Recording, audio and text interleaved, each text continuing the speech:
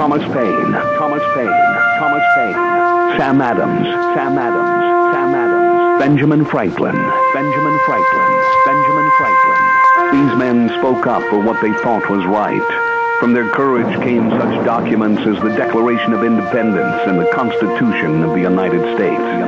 From their willingness to speak what was sometimes unpopular but right, we enjoy such liberties as freedom of speech, the right to keep and bear arms, and freedom of religion. There are those who still wish to oppress our freedoms, and there are still patriots willing to stand up and defend life, liberty, and the pursuit of happiness. Men like Zeb Bell, who honor our founding fathers and what they stood for.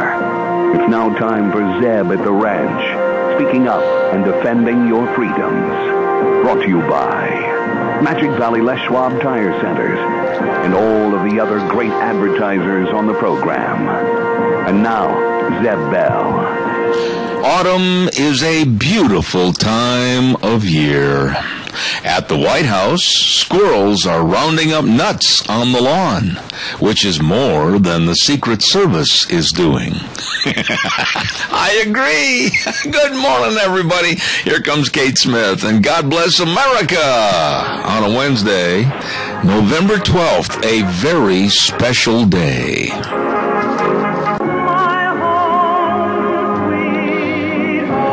Thank you very much, Kate Smith, and God bless America. Thank you very much. Good morning, I'm Zeb Bell at Zeb at the Ranch, and our major sponsor, your Magic Valley Les Schwab Tire Centers, all 7 locations serving you and serving you well, along with some of our great advertisers, including Lee's Furniture, Floors, and More at 459 Overland in Burley, and our friends at Western Waste Services, always at your disposal. Get on the route service, call Kelly and the crew.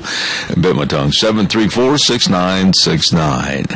And right now, on a doggone chilly morning, good morning, Gina.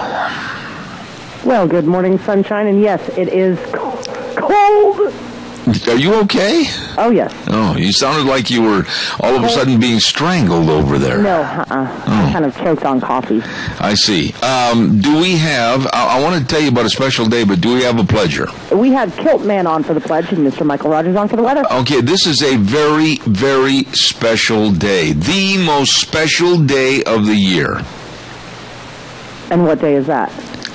You don't know? No. Well, is your birthday? Nope. That's over. I'm going to have to Google what today is then, because I don't know, aside from November 12th, I don't know what today is. It is my and Goober's 43rd anniversary. Hallelujah. I knew that was coming. I could see you reaching for the button. I did too. All right, Gina, thank you. And we'll get Kilt Man on for the pledge. Go ahead. Kilt Man, good morning to you.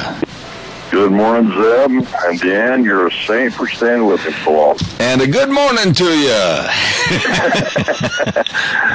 I pledge allegiance to the flag of the United States of America and to the republic for which it stands, one nation, under God, indivisible, with liberty and justice for all. Kilt Man, thank you. Very well done. Always appreciate hearing from you, my friend. Take care, and I'll be calling you after the show. Thank you, sir. All right, have a great day. Thank you, sir. God bless you. Oh, it's time for the weather, and we're going to see if everybody should have the red flannels on for the next couple of days, and we're going to have Michael Rogers in just a minute. Brought to you by Cheney Flooring and Home Design, 1228 Oakley Avenue in Burley. Look for the blue door. All their products are on sale. They got the very best of carpet and flooring and kitchen construction. They are busy, and you know why? Because they're the best at what they do. Kyle and Whitney Cheney of Declo, Idaho have started this business, and it has taken off for everybody, where customers' home design products are aisles apart, not miles apart, at Cheney Flooring and Home Design, 1228 Oakley Avenue in Burley. Here now, Michael Rogers weather. For the first time since 2006, I got a chance to watch the weather on TV last night, and I sat there and I was like, oh, no, I cannot believe I wasted 30 years wasting your time on 3 minutes trying to not get to the point. It is unbelievable. So where am I going with this? Well, You know, you turn on TV tonight, they're going to show you all kinds of things, a blue line and a red hill, and they're going to tell you it's going to snow and all that other stuff. They're going to tell you where it's coming from. And, oh, by the way, to show you how smart they are, that cold air, they're going to call it a polar vortex. I can do all this inside of 10 seconds, folks, because we're getting ready to have the first snow event coming up. So right now, it's going to be sunny and cold, and by tomorrow, you're going to see snowing, and by Friday, you're going to see rain. That took all about 10 seconds. Now, the beauty of my giving you the forecast is what the heck are you going to do with all that? It is the first snow of the season, and no matter whether you get snow or rain, you're not used to it. So all I'm going to share with you and ask that you do is just take it easy and keep it simple. Look for a high today at 29. It's going to warm up, start snowing as you work your way toward the weekend. Should be in the 40s by the time it turns to rain. Enjoy the weather. It's the only weather you got. Thank you, Michael. Excellent forecast brought to everybody by Cheney Flooring and Home Design, 1228 Oakley Avenue in Burley. Look for the blue door. Really nice people. By the way, hold on, caller, please. Have patience. Gina, I think you've been announcing this already this morning, but you know, of course, that the Oakley Junior and Senior High School is closed today. Do you not? I did not know that, no. Yeah, this is the note I got from the Cassia County School Communications Officer, Debbie Critchfield. What happened was the custodian came to work this morning and made a telephone call and said there are very clear sewer issues. Uh-oh. Yeah, and you can take it from there if you wish. But anyhow, Oakley Junior and Senior High School closed today, and they're mopping up the mess, and they'll have school probably tomorrow. Okay. Caller, I'll be right there. Stand by. Don't forget, yesterday we had an opportunity to visit with Eric and the rest of the crew over at Valleywide Home and Ranch.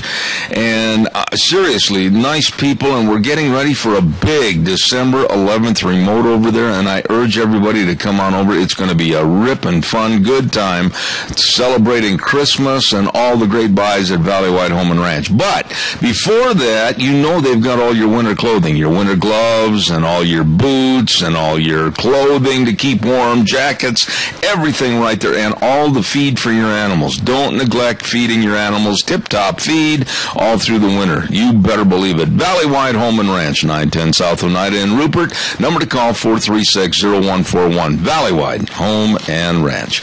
Good morning, caller. You're on the air. Good morning. Yes, sir. I guess you got the card. Happy anniversary to you and Deanne. But I forgot to get a card yesterday, and I'll get it done today. Well, Al, just having you wish us a happy anniversary on behalf of you and Polly, that's plenty. Yeah, I was going to send her a sympathy card, and I forgot the dang thing. I'm so grateful for your call. Thank you so much. Have a good day. All right. Happy anniversary. Have a good one. Thank you, Al.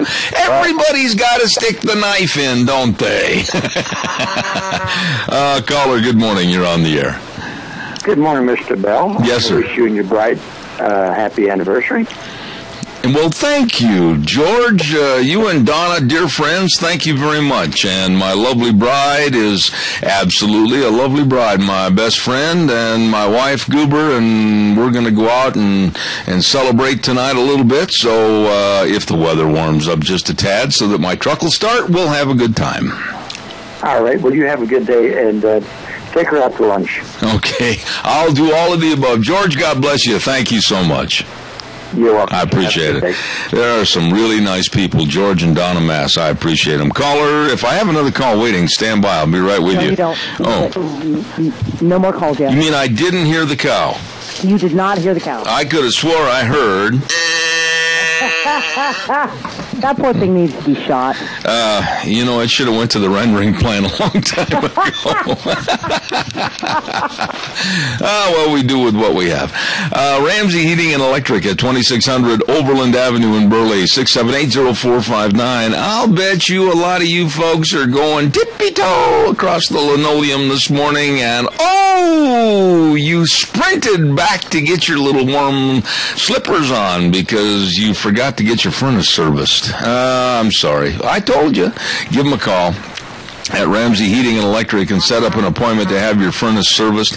And don't forget to put new air filters in, too, so you get the peak of efficiency of heating for your home. Ramsey Heating and Electric at 2600 Overland Avenue in Burley, where they always provide warm winters and cool summers. Good morning, caller. You are on the air. Good morning. Good morning. Good morning. Are you there? Yes, I'm listening. Go ahead. Happy anniversary, Dad. It's Mary. Well, hello, Mary. How are you? I'm doing very well. Thank you. And how is Deanne? She is absolutely phenomenal, and thank you very much for your well wishes. That's very nice of you. Well, you're more than welcome. I'll see you later. All right, Mary. Thank you, and have a great day, okay? Same to you. Bye-bye. All right, thank you. By the way, real quick before I take my next caller, Golden Heritage Senior Center is going to present the first annual Pilgrim's Pride Thanksgiving Dinner next Thursday, the 20th of November, starting at 5 p.m., going to 7, only $5 a ticket. Come on, buy a bunch, give them to your friends. Ham and turkey and all the trimmings, games, raffles, you better believe it. It's at the Golden Heritage Senior Center on Thursday, November 20th. Good morning, caller. Good morning, Zeb. Yes, sir. And good morning to you and your beautiful bride for all these wonderful years you've had together. Yep. And I'm proud to be your friend. Well, thank you, Keith. I'll tell you what, my wife means an awful, awful lot to me, my business, and everything. And without her, I think we got a letter not too long ago, and I think Senator Dean Cameron sent it to us, and he said, what a great team. And that really kind of opened my eyes. We are a team, and she does so much to help me and everything. I appreciate it. Thank you. You know what the really wonderful thing of it is you know, when you stick with somebody through thick and thin, and you've had some injuries and your polio and everything else, and she's been right by your side. Oh, I honestly, today, Keith, honestly, I've said this when I was inducted into the Rodeo Hall of Fame. I said that Deanne was the motivating force as to why I'm in the Hall of Fame, and I mean that, because she has, like you said, stuck with me through thick and thin. Thank you so much for your well wishes. I got another call, and I got a commercial break. One other thing. If you look in the dictionary under wonderful, there will be a picture of you and Deanne. Oh, my goodness, are you ever nice? Very flattering. Thank you very much, Keith. You and Nancy, take care. You can spare. Thank you, Keith. You have a good day. All right, God bless. That was nice. Caller, I'll be right with you. Don't forget Denny's Restaurant, 611 Overland in Burley. Oh, like I've said many times, I love breakfast. That's my favorite meal. And to go in there, I will eat breakfast any time of the day. I'll eat breakfast at night. I'll eat breakfast in the afternoon. I'll eat breakfast at breakfast. I love breakfast, and they've got a great breakfast menu along with lunch and dinner, but I love breakfast, and they've got great food, great service, and really nice people at Denny's Restaurant, 611 Overland in Burley. It is also the home of Zeb's Lunch Bunch, so hey, put that on your calendar of must-do, must-go eat at Denny's Restaurant, 611 Overland in Burley. Good morning, caller. You're on the air. My better half and I want to wish you and your better half a very happy anniversary. And when you get to be married as long as we are, then you will really do it. Now, let me ask you, if I can be so rude, how many years have you and your lovely bride been married? 62. 62 years and never, ever had a spat. You heard her, didn't you? I heard her clear across the room. I love it. I love it. Has she got her pink wig on this morning? No. Oh, okay. She's got her salt and pepper one on. I see. Well, listen, God bless both of you, and thank you for your well wishes. That was very kind. Thank you very much. You're welcome. All right, sir. They are a fun couple. I enjoy them. Calls welcome 436-2244, 1-866-927-4587. I don't know if you heard about it or not, but another Senate seat has gone to the Republicans. Yes, the great big recount, whatever you want to call it, up in Alaska. It came out that Republican Dan Sullivan did win over Democrat Mark Begich. And the final percentages, give or take a little bit, but 49-46 in favor of Sullivan. And now we've got another race to settle in Louisiana, and this one is going to be interesting. Because Mary Landrieu really wants to go back in there, and she kind of stepped on her toes on a couple of occasions in the preliminaries leading up to the vote on a week ago Tuesday. And we're going to see what happens, because now neither candidate down in Louisiana had 50% of the vote, so they have what I think is a stupid rule. They're going to have a revote in December, so we'll see if maybe another Senate seat will go to the Republicans. Caller, good morning. You're on the air.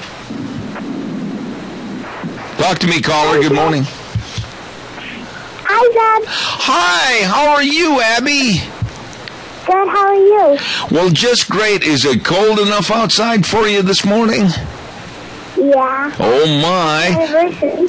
What can I do for you this morning? I just wanted to call in and say happy anniversary. Well, you are a sweetheart. Thank you so much for all your kindness, and thank you to your family. And I just hope and pray that you have a wonderful, wonderful day. Thank you for being so nice to us. Guess what? All right. God bless. Thank you.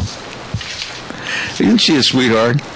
Gina, that's one little girl that absolutely has the personality of an angel. Yeah, she does, and I just love her voice. She's so sweet. Oh, she's so sincere. You know what I mean? She is. She really is. Oh, man. I'll tell you what. Calls welcome 436-2244, 1-866-927-4587. I want to talk about what's going on with Obama over in China in just a minute. I got to be quite frank, I've never been more upset and absolutely I have so much disdain for that man and what he's giving away behind our back, much of which we won't find out about for a long time. Berry Equipment and Rental, let's not forget about those great folks. 3 locations serving you. Addison Avenue West in Twin Falls, South Lincoln in Jerome, and 159 West Highway 30 in Burley. Oh boy, I'm telling you, if you made some money this year and don't want to pay taxes, by golly, why don't you come in and invest on buying a new Coyote tractor, a Bobcat loader, or if you need one of those big Doosan tractors or loaders, I'm telling you, they've got all the equipment right there for you. Now would be a great time. They've got an excellent selection at all 3 locations, and believe me, you need to get the job done, the work done, everything completed, they've got the equipment to do it at Berry Equipment and Rental. Addison Avenue West in Twin, South Lincoln in Jerome, and 159 West Highway 30 in Burley. Nice folks. Berry Equipment and Rental. You stop in and see them today. Caller, good morning. You're on the air. Good morning. I just want to wish you the best of days and the best of coming years. Well, how nice of you. How nice of you. And you, of course, have been such a nice friend to us over the years. Lorna with the lunch bunch and everything else, and that means a lot. Yes, we're going to sit back and bask in the glow of 43 years. It's been a lot of memories. Yep, that's awesome. I just made another 10 after that with Ted, but yeah. Oh, yeah. You guys just have the wonderful day. Oh, Lorna, thank you. You're just a beloved friend. Thank you so much for your call. God bless you. Thank you. Thank you. Bye. That was nice. A very, very, very nice lady right there.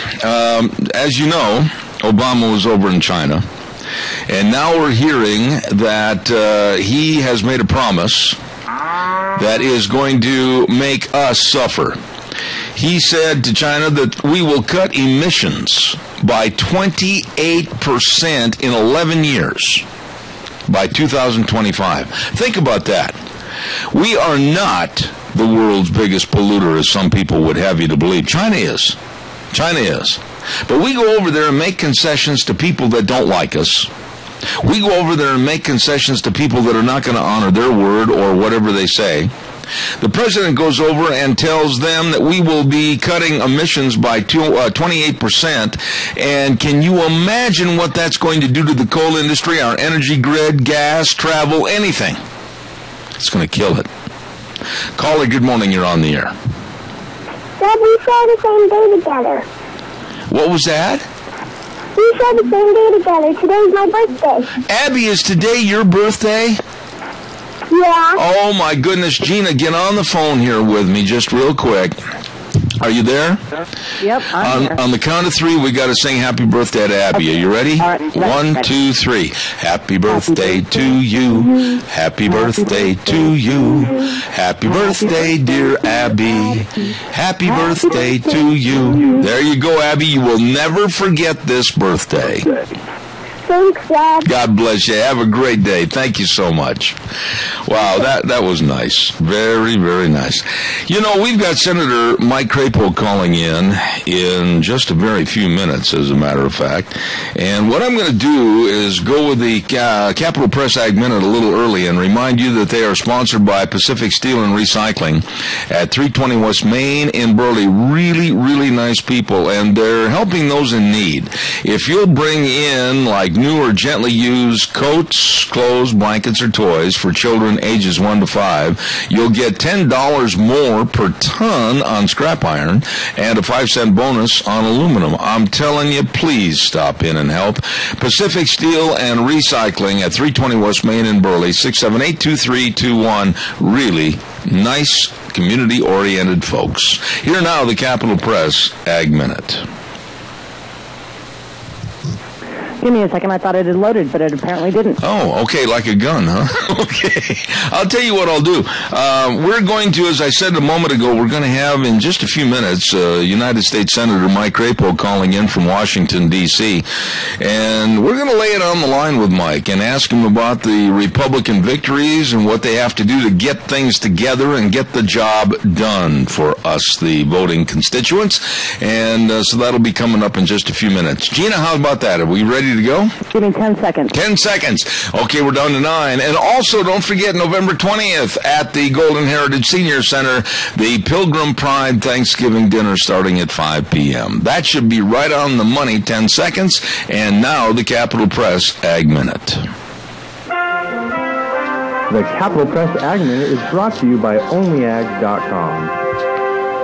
Potato yields increased throughout the Northwest and nationwide in the fall of 2014, according to a recent USDA report. But industry sources say strengthening fresh carton prices reflect a shortage of large quality spuds. Idaho's yields at 425 hundredweight per acre were up 10 hundredweight from last year, and the state's total production rose 2% to 134.2 million hundredweight, according to the report. Washington's yields, estimated at 605 hundredweight per acre, were up 5 hundredweight from last season, and the state's total production rose 4% to 99.8 million hundredweight. Industry sources say the 2014 crop size profile is skewed towards smaller tubers. This is Hannah Browse. To receive instant, exclusive, unlimited access to the West Agricultural News Source, register your account today at capitalpress.com. All right, thank you very much. Brought to you by Pacific Steel and Recycling at 320 West Main in Burley. Mighty fine folks, 678-2321. You stop in and see them today. Calls are welcome and appreciated, but what I'm waiting for right now is, again, Gina's going to let me know when United States Senator Mike Crapo is on the line. Also, last evening, I got to tell you, it was one of the most disgusting and pathetic concerts. In Washington, D.C., they had a concert that was supposed to be, I thought, to honor our veterans on Veterans Day. And they had Bruce Springsteen get up on the stage with Zach Brown and some others. And why? Why, when they go into rehearsal, would they not have the common sense that God gave a billy goat to understand that one of their songs was an anti-war, anti-fight, anti-military song? Why play that at a concert for our veterans? That was pathetic enough. But then Eminem got up on the stage, you know, the white rapper, and laced his part of the concert with nothing more than the F word. It just kept flowing out of his mouth. Now, here were military veterans and their families. Here were children. Here were the women. Here were the mothers. Here were the wives. Why? As low class as you can get. I have absolutely no respect. And you'll never hear a decent word out of my mouth for these people, Bruce Springsteen and Eminem. Low-class bums. I do not understand. And somebody call me and let me know why the advertising today and the media have to go into the F word, especially in these concerts. Gina? Mr. Mike Crapo is on the phone, too. Thank you very, very much, Gina. I appreciate that. With us this morning is United States Senator Mike Crapo, a longtime friend of this program, and he's always been a straight shooter, and so we're going to square off at 60 paces, and there we go, like Gunsmoke. Good morning, Mike Crapo. How are you? Doing well. Good morning, Zeb. And by the way, do I understand that it's congratulations on your anniversary? My goodness, you are out to get my vote in the future, aren't you? Yes, it is. Hey, God bless you, Mike. It is 43 years today. 43. Wow. Well, congratulations. I appreciate that very much. Mike, I think the way I want to start off our conversation here this morning is the Republicans just had a very decisive victory. Some people called it a landslide. Some people called it a tsunami in favor of the Republicans. But I don't mean to throw water on this, but I want you to understand, I don't think it was as much a vote for Republicans as it was a vote against an ideology by a lame duck president that absolutely his policies have not worked. And I think that was what determined the vote. Do you agree with me or disagree with me? I agree with you in large part. I do believe that a part of it was a belief that the Republicans have a better vision and better answers to how we should govern. But frankly, we need to get those out and firm up that aspect of it. And we've been doing a lot of that, but now that we control both the House and the Senate, I believe that you will be able to see not just fighting in Congress, but actually very similar agendas, very similar solutions to the issues. And you'll be able to see where people stand on it, because we haven't been able to get votes in the Senate for 2 or 3 years now, as you know. Okay, Mike, every day, and maybe I'm putting too much of a rush on this, tell me if I'm wrong, but every day that goes by since the election is a wasted day. I honestly think the Republicans need to get it together. They've got to get their infighting solved. They've got to start telling the American public what their agendas are. They've got to be very dynamic and forceful. And one thing I don't feel that they have to capitulate. I don't feel like they have to kind of bend over and stoop down to work with the Democrats or the president. They won the election, and they'd better put forth their ideas as to how they're better going to serve America. I agree with you, and they've been trying, and they do have the ideas. They do have the legislation. As you know, the House has sent 30, 40, 50 good bills to the Senate, which have just died there. And in the Senate, Senate Republicans have put forward major solutions on critical issues. But you're right. You're absolutely right that we need to get that legislation up and moving and in front of the American people and not waste any time in doing so, because we frankly are at a point where a lot of very critical decisions need to be made, and implementation needs to be started soon on reversing the direction we're following and starting to move in a better path. And frankly, I couldn't have said it any better myself than you did. We should not be delaying. We should not be fighting among ourselves. And I don't think you will see a lot of that. There will be disagreements among Republicans. There always is and always will be. But you'll see us working very closely together and in productive ways, in my opinion. And I think that's something the American people will appreciate. Mike, let me ask you this, and you've always, like I said, I praise you because you've been a straight shooter on this program. Is Mitch McConnell, honestly, the man for the job to be the Senate Majority Leader? Well, there won't be a challenge to Mitch, in my opinion, and in fact, I'm not aware of any challenges in leadership right now in the Republican team. Although there's at least one open seat for the National Republican Senatorial Campaign Committee. But what people need to be reminded of is that the majority leader, or I would say the Republican leader, as is true of the Democrat leader as well, follows the will of the caucus. And it's the caucus that calls the direction. Many people think that the majority leader or the leader of one of the caucuses just tells all of the other members of the caucus what to do, and they all fall in line. But it's the reverse. They voted to put whoever that leader is in place, and the leader listens very carefully to their opinions on how things should be governed. And I think that you will see that kind of leadership coming out of Mitch McConnell that will reflect what our caucus wants to see happen. And I believe that our caucus will put forward very strong and powerful ideas for reversing the directions that the country's headed in right now and putting strong, common sense-based solutions forward that we hope that we can get past the president's desk. Mike, the other day on that press conference, I saw a man, as I looked into Obama's eyes, I saw a man that is backed into a corner. I saw a man that is spiteful and hateful, and I saw a man that, with his verbiage, said basically he's going to take a lot of power unto himself, especially on the immigration issue. What are your biggest concerns as to what this man may do with immigration reform with his pen and his phone? His concern is just that he will continue with what he's been doing in the last 2 or 3 years, namely saying to Congress, look, if you don't see it my way, I'll work with you as long as you see it my way, but if you don't see it my way, I've got my pen and my phone, and I'm going to start implementing my vision. If he continues with that attitude, then you're going to see confrontation in Congress, unfortunately, because Congress, I don't believe that we will tolerate that kind of lawless activity by the president. And you gave a very good example.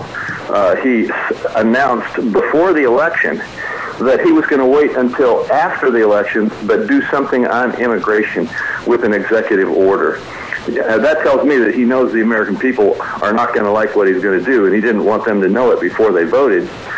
But it also tells me that he's planning on doing something that requires Congress to work on it first and submit it to him, and that we're going to possibly see more of that kind of effort to create law by the stroke of a president's pen rather than to follow our constitutional system. Mike, over in China, again, I'm going back to Obama and basically his promises to the Chinese that we, the United States, will cut emissions by 28% by 2025, 11 years from now.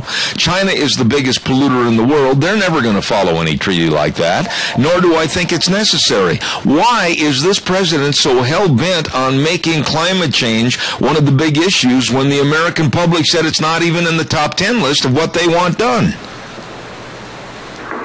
Well, I certainly can't tell you what's going on in the president's head, but you have, again, identified it exactly as to what's happening. The president is essentially, we don't know exactly what he's doing in China, but it sounds like he is negotiating a treaty, but he's not contemplating submitting that treaty to the United States Senate for ratification. It also looks like here in the United States, very clearly through the regulations that he's directing the EPA and others to implement, that he's basically trying to create law in terms of his view about how we should approach these issues, bypassing Congress. And Congress, when it has voted on these things, has clearly rejected the approach that the president has taken, because his approach will essentially do very little to deal with the environmental issues he claims to be addressing, and will do a lot in terms of destroying jobs and our economic competitiveness globally. And so we have a huge disconnect between the president and the Congress, and we have a huge disconnect, in my opinion, between the president and the American people. You know, Mike, you have been, and I've applauded your stand against Obamacare from the beginning. And now in the last couple of days, we have heard from one of the original Obamacare writers of the bill, Jonathan Gruber, that we, the American public, are stupid and will fall for anything. And we're hearing little bits and pieces about what's in the bill and why they wrote it a certain way. Give us your thoughts about Jonathan Gruber calling the American public stupid.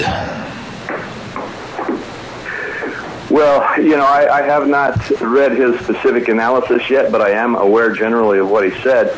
And from what I'm aware of it, he has correctly described the way the administration and their voters in the Congress approached this. You may recall during the debate over Obamacare that we were pointing out all of the things that were wrong with it and explaining what was going to happen, and the administration would just say, no, that's not true. For example, I was the lead on the floor of the team that was fighting against the tax policy in the $1 billion of new taxes in the bill, and the vast majority of them hit squarely on the middle class.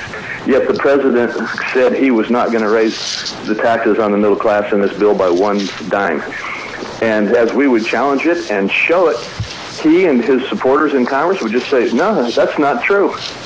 I mean, it was remarkable. They would just say, no, it's not there. Now, of course, it is there, and now people are seeing their taxes go up.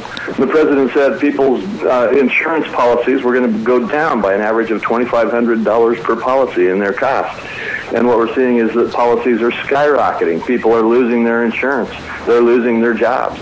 And it's all of the things we talked about, which they just flatly denied, are happening. And so I think the point that this author is making is that they knew these things were there, they knew these things were going to happen, but they just denied it and said it wasn't there, and they were able to pull it off.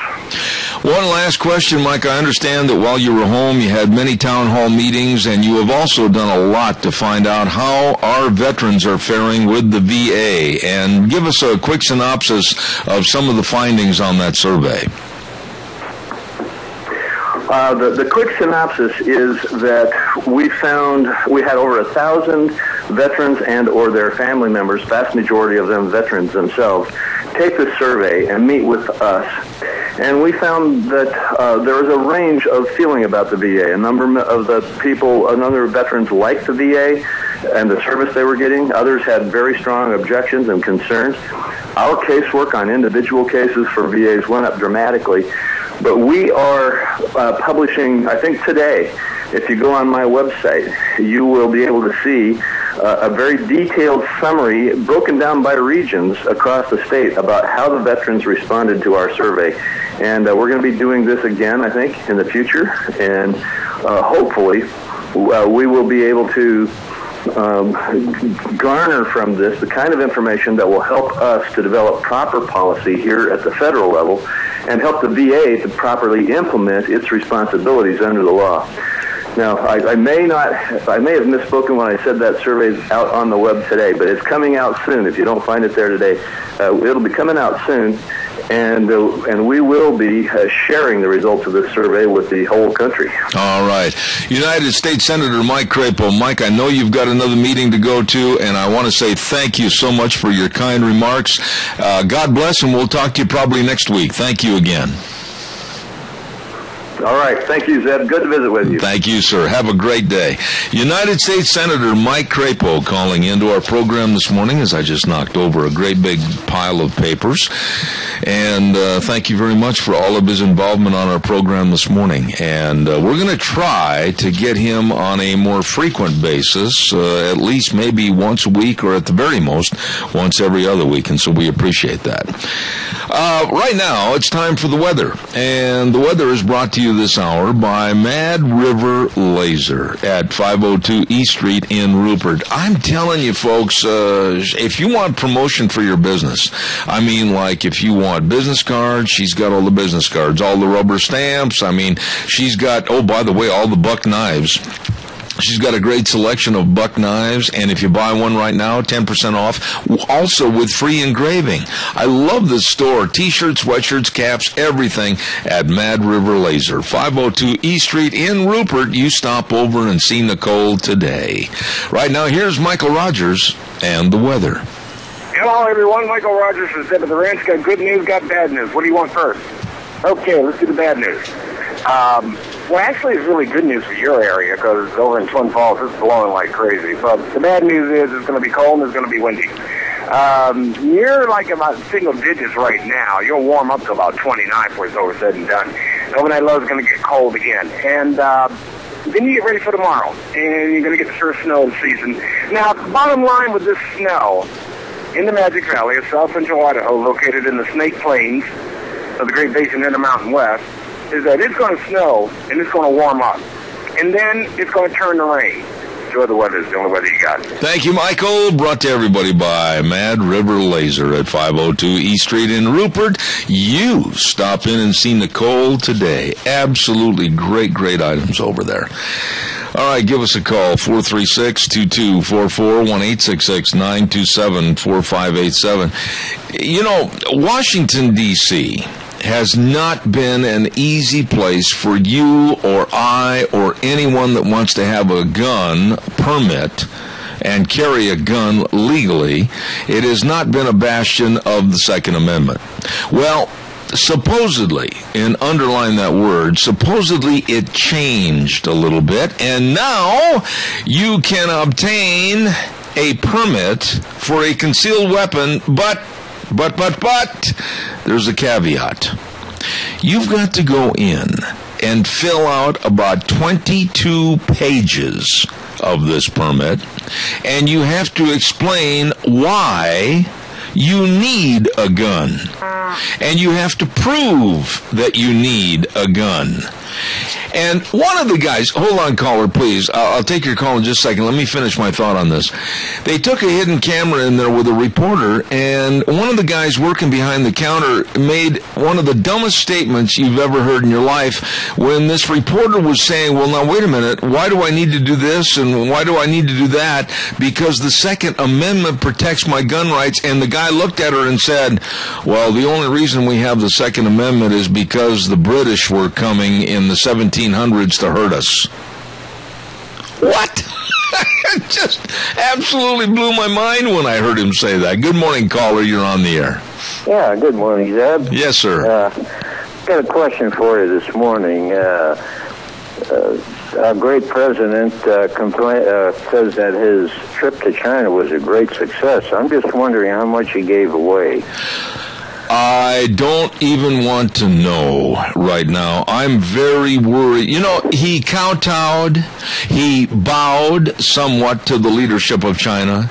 He wore their clothing. He basically kind of kissed up to them and then gave away our freedoms, I think, by promising that we will cut emissions by 28%. 28% is a lot in 11 years. You might not be able to drive to the grocery store. I might not be able to drive to the grocery store. I might not even have a vehicle. We might not be able to use our pellet stove. We won't be having any coal. We are going to live in a cave and burn buffalo dung. 28% he's promising. This is ludicrous. Well, here comes $8 a gallon for gas. Oh, easy. Yes, absolutely.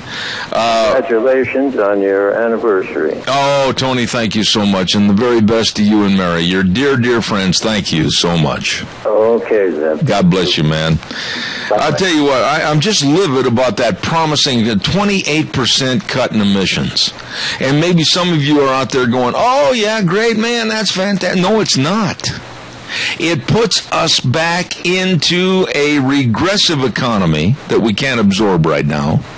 It puts us back into a lesser economy, a lesser travel mode, a lesser do anything. It's going to hurt schools, severely hurt schools. It's going to hurt businesses. It's going to hurt commercialization of businesses as far as trying to get clients in their store. It's going to be devastating. And I certainly hope the Republicans, when they get that, they're going to scoff at Mr. President and say, no, Obama, we're not going to have a 28% cut in 11 years. This is ridiculous. I know some folks that really care about your health. And the reason I know so much about them is because I've been going over there and using the hydro pool for my legs, and it is phenomenal. Burley Physical Therapy and Rehabilitation, 1263 Bennett Avenue, Suite 2 in Burley. Absolutely, Nick Greenwell and the rest of his staff, the people that work there have grown up in this area, and they know all about sports medicine. They know all about the exercises. They know all about the comprehensive services that are going to help you get back to feeling like you. Hey, call them, 678-1191. 678-1191. Make an appointment. Stop in and visit with them. Take a look around. My goodness, they know what they're doing. And, boy, they'd love to have you as a client to work with. And like I said, help you feel better. At Burley Physical Therapy and Rehabilitation, 1263 Bennett Avenue, Suite 2 in Burley, 678-1191. All right, calls are welcome, 436-2244, 1-866-927-4587. Can you imagine? This reporter's leaning on the counter and she says, here's all this paperwork. And she's got a stack of papers for a gun permit, and she has to prove why she needs a gun. And then this dim bulb that's behind the counter, this guy says, when she questions about, well, the Second Amendment says I can have a gun to protect myself. Oh, no, the only reason that we have the Second Amendment is because the British were coming. Wow, I'm not kidding. And then they mandate classes. This is really interesting in Washington, D.C. They mandate that if you fill out the forms, and if by any chance you are accepted to be a gun owner, then they mandate that you go to classes. Oh, wait a minute, there's a problem there. They haven't set up the classes yet. So here you have all the paperwork. Here you've paid for the permit. You've done everything as far as jump through the hoops, but they, the government, they haven't set up the classes yet. And there's no definitive date as to when they will. So what good is this? It's not. Oh, my. Sophie's Chatterbox, 530 East Street on the Square in Rupert. They're open Monday through Friday, 6 to 6, Saturday, 6 to 2. And, oh, what a bakery over there. Wedding cakes, cookie bars, homemade bread, delicious cinnamon rolls. Absolutely phenomenal. Phenomenal. 436-0354, the number to call. Sophie's Chatterbox on the Square in Rupert. Really delicious food. Caller, good morning. You're on the air. Good morning, Zeb. Yes, sir. Yes, sir. What part of should not be infringed upon don't they understand? You know something? I honestly believe that it's they just haven't read it. I don't think anybody knows what's in it. Or are we too stupid to understand it, and they got to tell us what it means? Yeah, but let me ask you something. I think you have a personality a little bit like mine. You go in there, if this were here, Washington, D.C. West, and you go in there and you jump through their hoops, and you fill out all their paperwork, and you show them that you've got a need for protection, and then this imbecile behind the counter says, when you ask questions, well, wait a minute, why do I have to do all this? Because it's an amendment right that I can have and possess a gun to protect myself. And he said, oh no, that was just thrown in there because the British were coming. Wouldn't you look at this guy like he's maybe a really burned out light bulb? Yes. Yeah, or you drink too much of their Kool-Aid. I agree. This is so frustrating. They're taking our Constitution, Doug, and trashing it. They are. They're doing it one step at a time. What's that old deal, that inch by inch, step by step, yeah. You know? And that's what they're doing. Just one step at a time. They're taking it away, and they think that we're not paying attention. Yeah, but wait a minute. There you touched on it, Doug. Right on the money. The reason that they're getting away with this is because we haven't been paying attention. We haven't been standing up and getting in their face. We haven't poked our finger in their chest and said, no, that's not right. We really are at fault for a lack of respect for the first three words of the Constitution, we the people. Exactly. Yeah, and we're starting to step up now, because that election this year, sent a message, but I think some of the politicians are too stupid to understand it. I agree. Hey, Gina, can you turn Doug up a little bit in my headset? I cannot hardly hear you at all, Doug. You're real faint and on another planet. I'll speak up a little. Yeah, the election should send a message back there, but the smarter than thou are too stupid to understand it.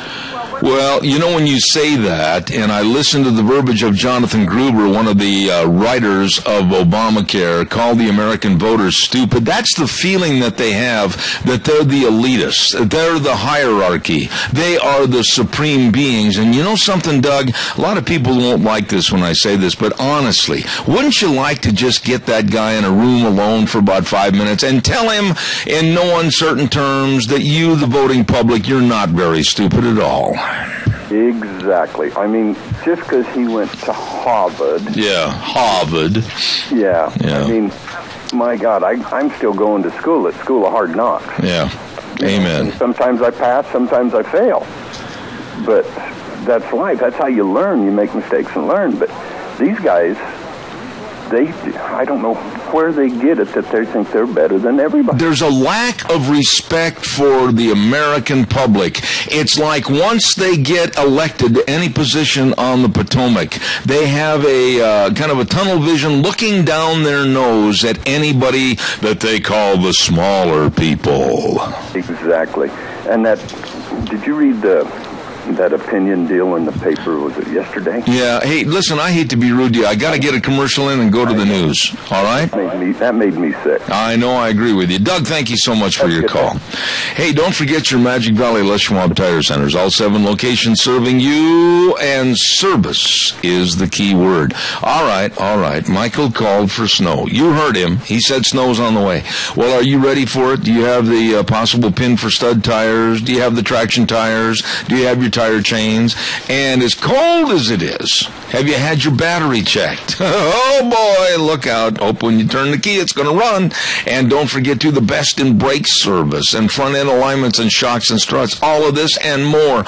All your tire needs right there at your Magic Valley Les Schwab Tire Centers with Lane and Rupert, Dave on Blue Lakes and Twin, Mike and Buell, Mike and Jerome, the Twist family in Paul, John on Pole Line in Twin Falls, and Randy on Overland in Burley. Your Magic Valley Les Schwab Tire Centers. Got to run to the news. Be back in 6. Don't go away.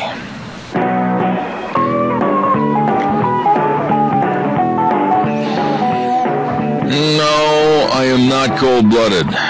No, Deanna's not cold-blooded. It was cold this morning.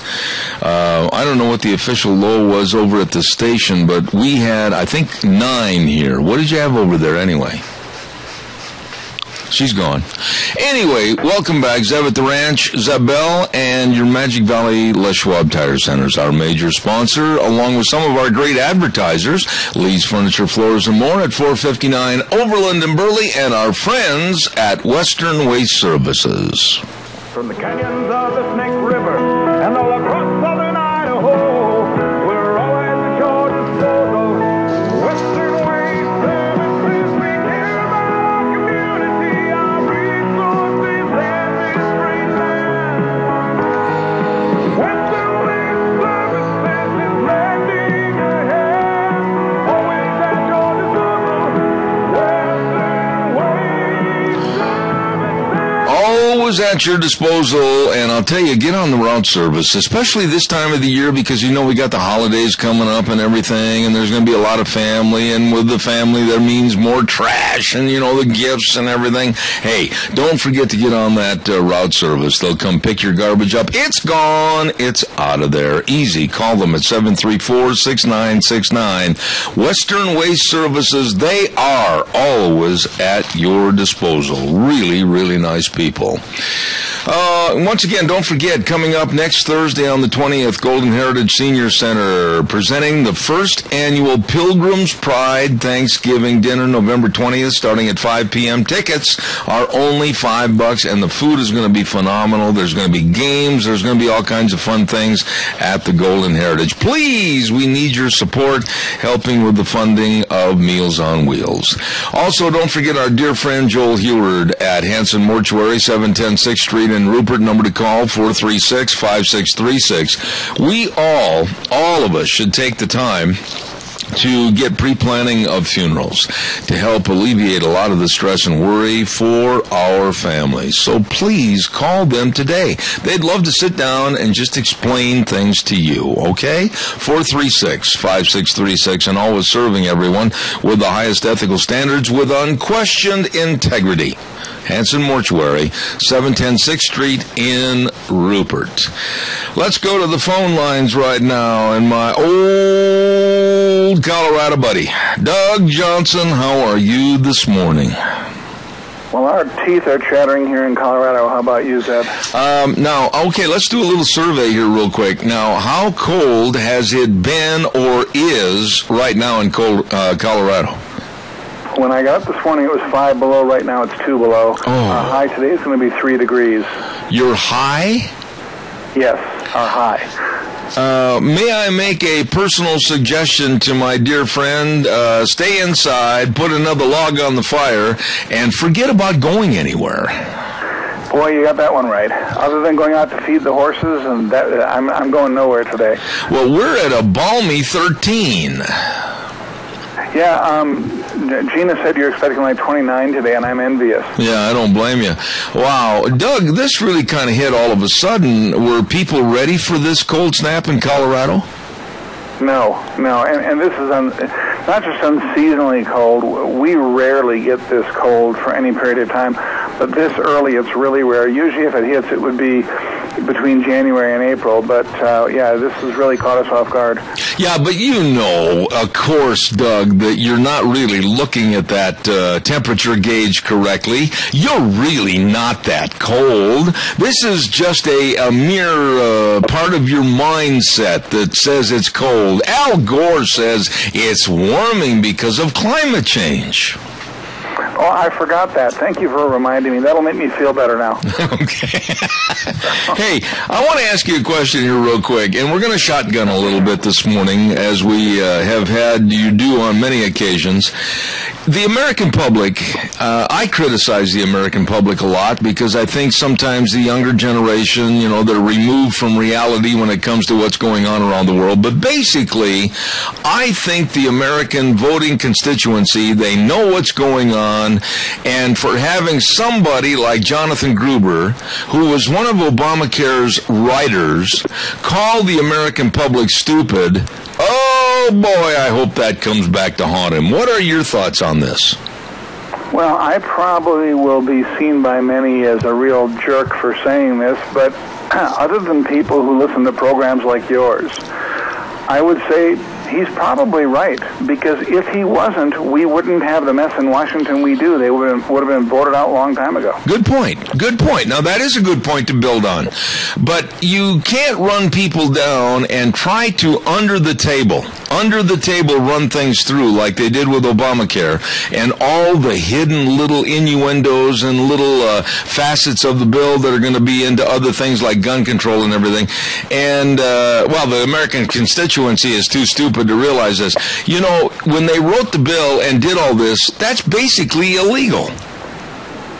Oh, absolutely. And I think that, setting aside the answer to your first question, I think that the disdain that the left has for the American people, the belief in the fact that they are superior to everyone else, is disgusting and offensive, especially when these people aren't so superior themselves. You know, we've been told by people like Chris Matthews that Barack Obama is the smartest man to ever sit in the Oval Office, yet we don't even know what the man's grades were in school because all those records are sealed.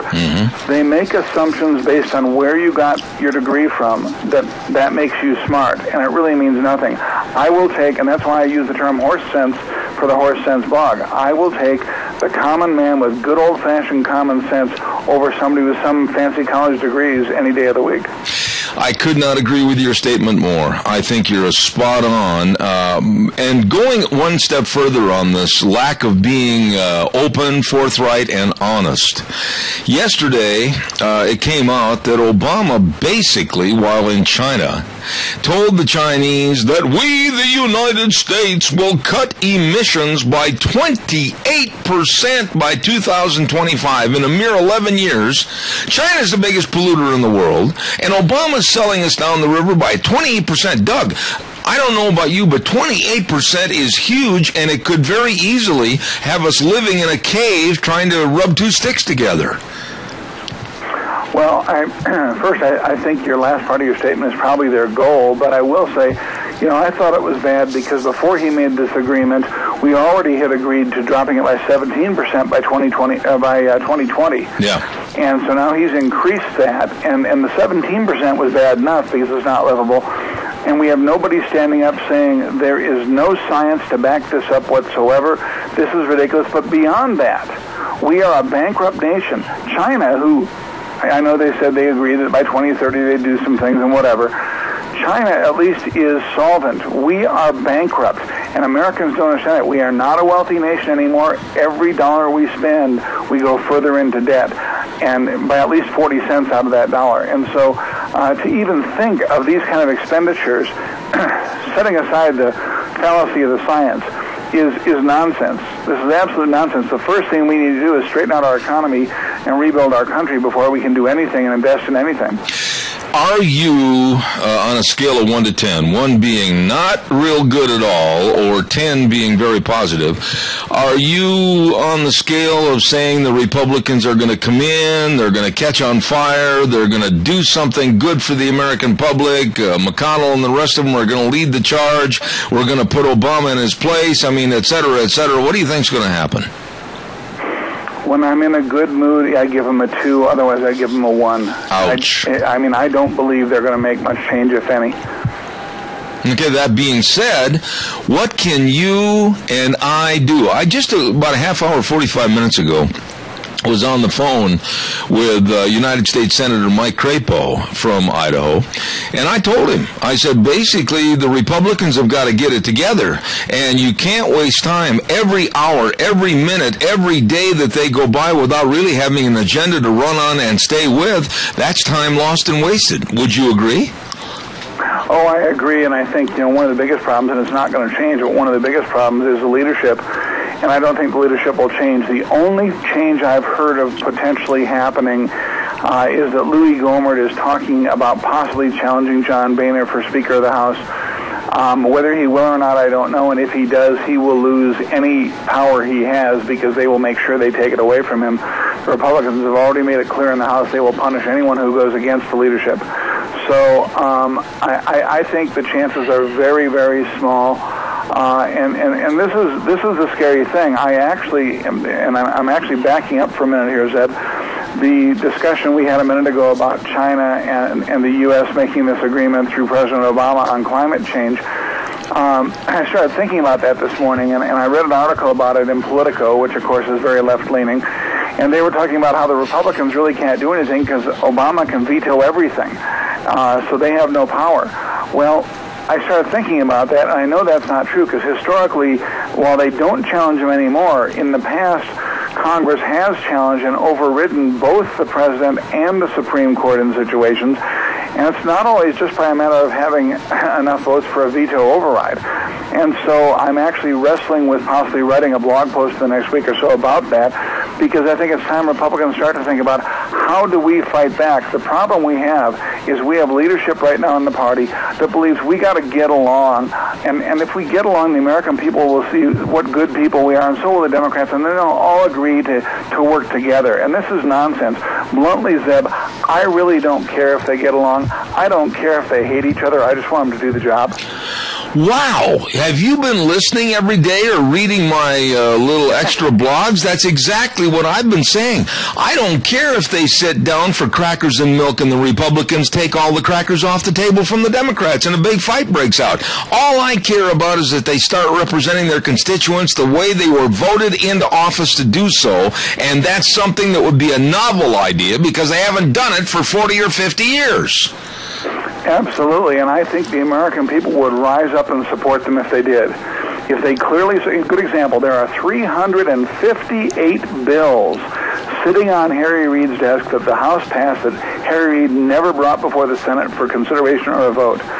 I think they should stack all those bills up on the podium around Mitch McConnell, and Mitch McConnell should hold them up and say, in addition to the regular business we're going to have going on for the next couple of years, we're going to take and go through each of these, and as we do, you'll see this pile go down. And say to the American people, we have been stonewalled. We've not been allowed to have a voice.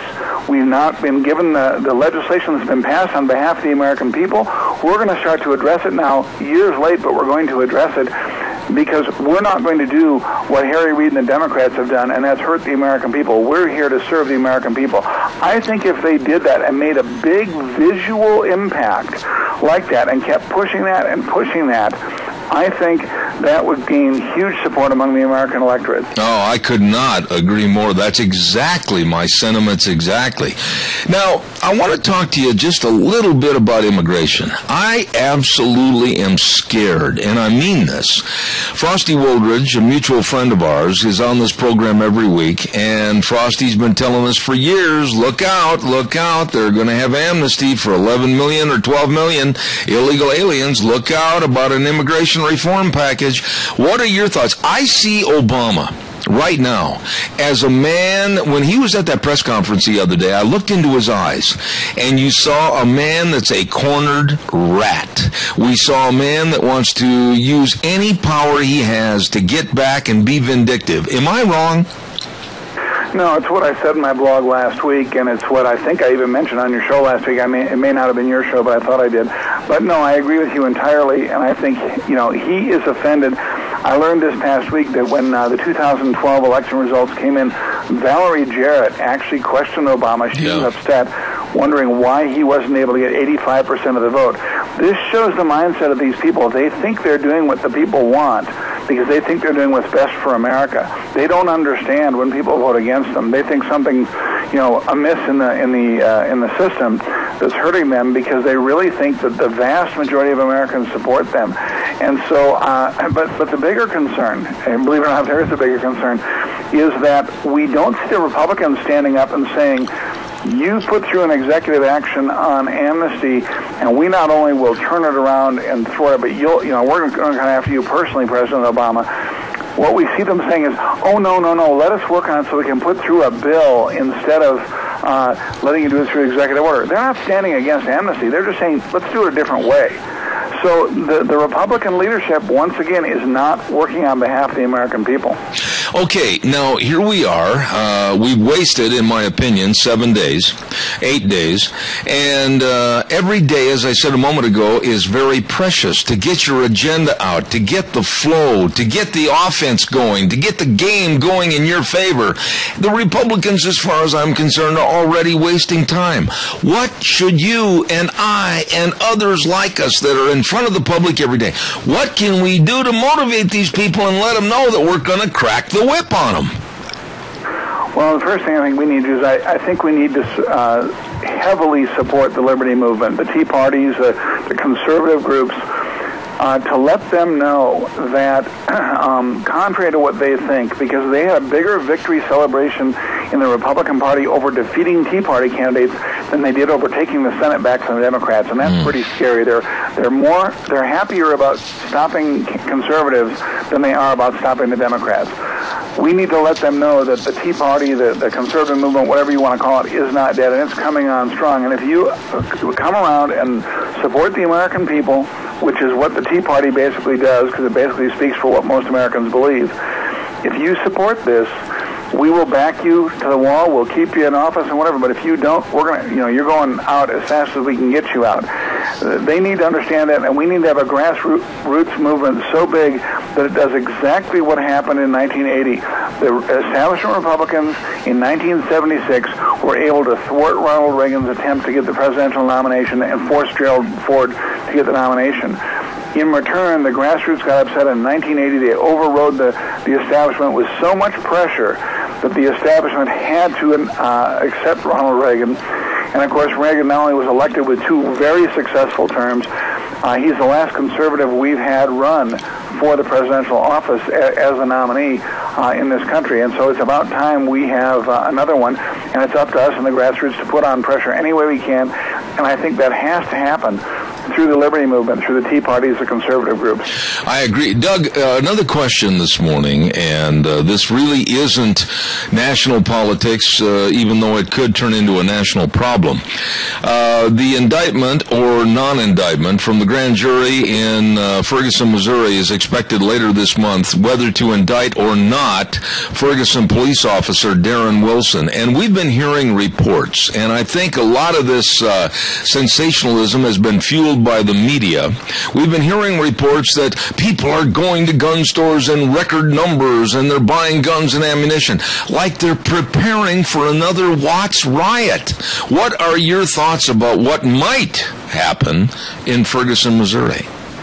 Well, my interpretation of the increase in gun sales is that it is not the people who want to riot and have, and create mayhem. I believe it's law-abiding citizens fearing for their safety and buying them to protect themselves. That's my guess. However, I think that, we know that this whole unrest is being fueled by the Justice Department. They have sent people in groups in there. The administration has sent groups in there quietly behind the scenes to continue and to foment the anger and the upset. We have, unfortunately, the media and the mainstream media I'm speaking of, and the left have pushed so hard that this was murder. It's Trayvon Martin all over again, and nobody cares about the truth. They only care about what they want. And this takes me back to years ago when O.J. Simpson was acquitted. That's right. And when confronted, people in the black community who supported him, their view was it didn't matter whether or not he was guilty. It was that it was unfair because so many blacks are unfairly prosecuted. Now, if blacks are unfairly prosecuted, that's a separate issue in my book. Each case must stand on its own merit, and I think there is obviously leaking out ample evidence that Officer Wilson was very much acting within the scope of his job. And it's sad that we have a society that's willing to throw law and order out just for the sake of color. One thing, Doug, I've only got 2 minutes left, and I want you to respond. You didn't mention one name, one repulsive name that I find as a major instigator to this problem, and that's Al Sharpton. I detest that man. I absolutely abhor that man for what he stands for and what he tries to do, to be a race baiter, and he is also one of the, if not the, closest confidants to President Obama. And I'm sure President Obama has told him to do the things he's doing there. I think he's very much in league with it. They just quietly keep Obama's name out of it for the sake of politics. But yeah, Al Sharpton is one of the worst. And I guess how I look at it is, not only is he disgusting in what he does, but he's supposedly a minister. And the Bible says that those who are teachers, which includes ministers, will receive twice the judgment on Judgment Day. So I think he's going to have an awful lot to account for. But in the meantime, we got to live with his antics. Real quick, respond about the Alaska Senate seat going to Dan Sullivan over Mark Begich, and coming up next month, I think this is stupid to wait a month and have it in December, the runoff for that Senate seat. What are your thoughts, real fast? Well, I'm thrilled with what happened in Alaska. I think that's great. Waiting for the runoff, I agree with you. I think waiting is kind of foolish, but every state has their own way of doing things, and that's, I think, what we have to allow states to determine their own way of handling these things. Well, I just think that you've lost the momentum. You've lost the reason for people to go to the polls. You've lost the knowledge of, why did I vote for this person? Now I've heard new information about this person. As far as I'm concerned, it muddles everything, and I don't think it's good for politics. Well, I think you're right. But I suspect that law or whatever that came about probably as a result of the left understanding just what you just said. They understand when low voter turnout occurs, they don't do well, or they do well. When high voter turnout occurs, they don't do well. Right. And we saw across the country in this election, we saw in many areas record voter turnout. We saw it here in Colorado, but and that worked in the senatorial race. Unfortunately, in the gubernatorial race, it did not work because I think there were some shenanigans going on, along with the fact that Bob Beaupre really didn't campaign. Absolutely. Doug, it's just refreshing. That's a good word to put out in the verbiage as far as I absolutely find it refreshing when you're on the program. I enjoy this conversation. Doug Johnson, author, and of course writes a great blog called the Horse Sense Blog. And what about the books? Tell everybody one more time about the books. I got 30 seconds left. Okay, and they can learn about those at horsesenseblog.com. But I've got, for my political books, are No Tomorrows and The Leadership Secret. And I think they'll find them interesting to read. Leadership Secret is a new one that talks about how we choose our leaders and what character traits we need to find in the people we choose to put in office. Absolutely. My buddy, take care. Stay warm. Doug Johnson in Colorado. We're going to try. Thanks, Zeb. All right, take care. Doug Johnson, thank you. Where he said right now it's supposed to get to a high of 2? Oh, my goodness. Hey, don't forget Whipple's Book Plaza, 222 West 11th Street in Burley. What a neat store. And I love books. I mean, I love books. I've got piles and piles and piles of books. Well, they've got lots more books over there. Literally thousands upon thousands upon thousands. Yes, excellent choices for you and all the unique gifts for all the names on your Christmas list and jewelry and art supplies and art gallery and pictures and wow, just get in there and enjoy Whipple's Book Plaza with very nice people. Colonel Dale and the rest of the crew at 222 West 11th Street in Burley, proud sponsor of the American Boy Scouts and the Pioneer Hall of Fame, Whipple's Book Plaza in Burley. Really nice. Okay, we're going to have another guest with us in just a moment. And I'm really looking forward to having this young lady on our program. She's been on before, and her name is Joy Brighton, and she's an author, and I'm just really excited about having her on. Hey, don't forget, too, Let's Ride, Highway 24 between Rupert and Burley, and they're going to be having an open house next week, and it's going to be the 21st and 22nd with huge, that means really big, discounts and fantastic door prizes, food for everybody. Come on in! And you know, winter's here, and pretty soon there's going to be a whole bunch of angel dandruff up there on the mountain, so you better check out all the new snow machines and all the accessories and everything. They've got great Christmas gift-giving ideas over there. It's here. You better get ready at Let's Ride, Highway 24 between Rupert and Burley. Yep, where the fun is sold. You stop over and see those great folks today. Once again, Golden Heritage Senior Center presenting the first annual Pilgrim's Pride Thanksgiving dinner next Thursday, November 20th, starting at 5 p.m. Special flag ceremony with the Youth for Liberty, etc., and great singing at 5:30. Going to be a lot of fun. It's only $5. Come on, bring the family. $5 per ticket. Turkey and ham and all the trimmings. Door prizes. Oh, oodles of door prizes and raffles and games. All kinds of great things to help fund the Meals on Wheels program and the Golden Heritage Senior Center. Don't miss it. Also, I want to say thank you very much to Senator Dean Cameron and Todd, of course, Cameron and Siemens, Todd Siemens. They have a business over there called Cameron and Siemens Insurance on Highway 24 in Rupert, and life insurance, they know. Health insurance, they know. Retirement planning, employee benefits, they know and will help you. All you have to do is just call, make an appointment, 436-4424. Dean Cameron, Todd Siemens, very accessible and devoted to helping and serving you at Cameron and Siemens Insurance, Highway 24 in Rupert. You get a hold of them today. Oh my, cold day, and let's see if it's as cold where this lady is right now. We're going to go on the phone line, and we have an author with us. She's been on the program before. It's been 6-8 months ago, and she's got a brand new book, and I can't wait to find out about it. It's called Shariaism is Here. Look out, here we go. Joy Brighton, good morning, how are you?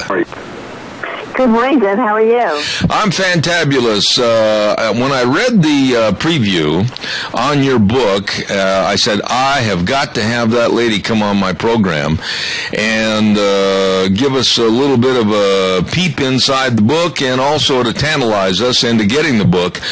Are you as concerned as I am, Joy, that we're too naive in this country and we've got evil right around the corner? That is an understatement. It's not right around the corner. It's in our backyard.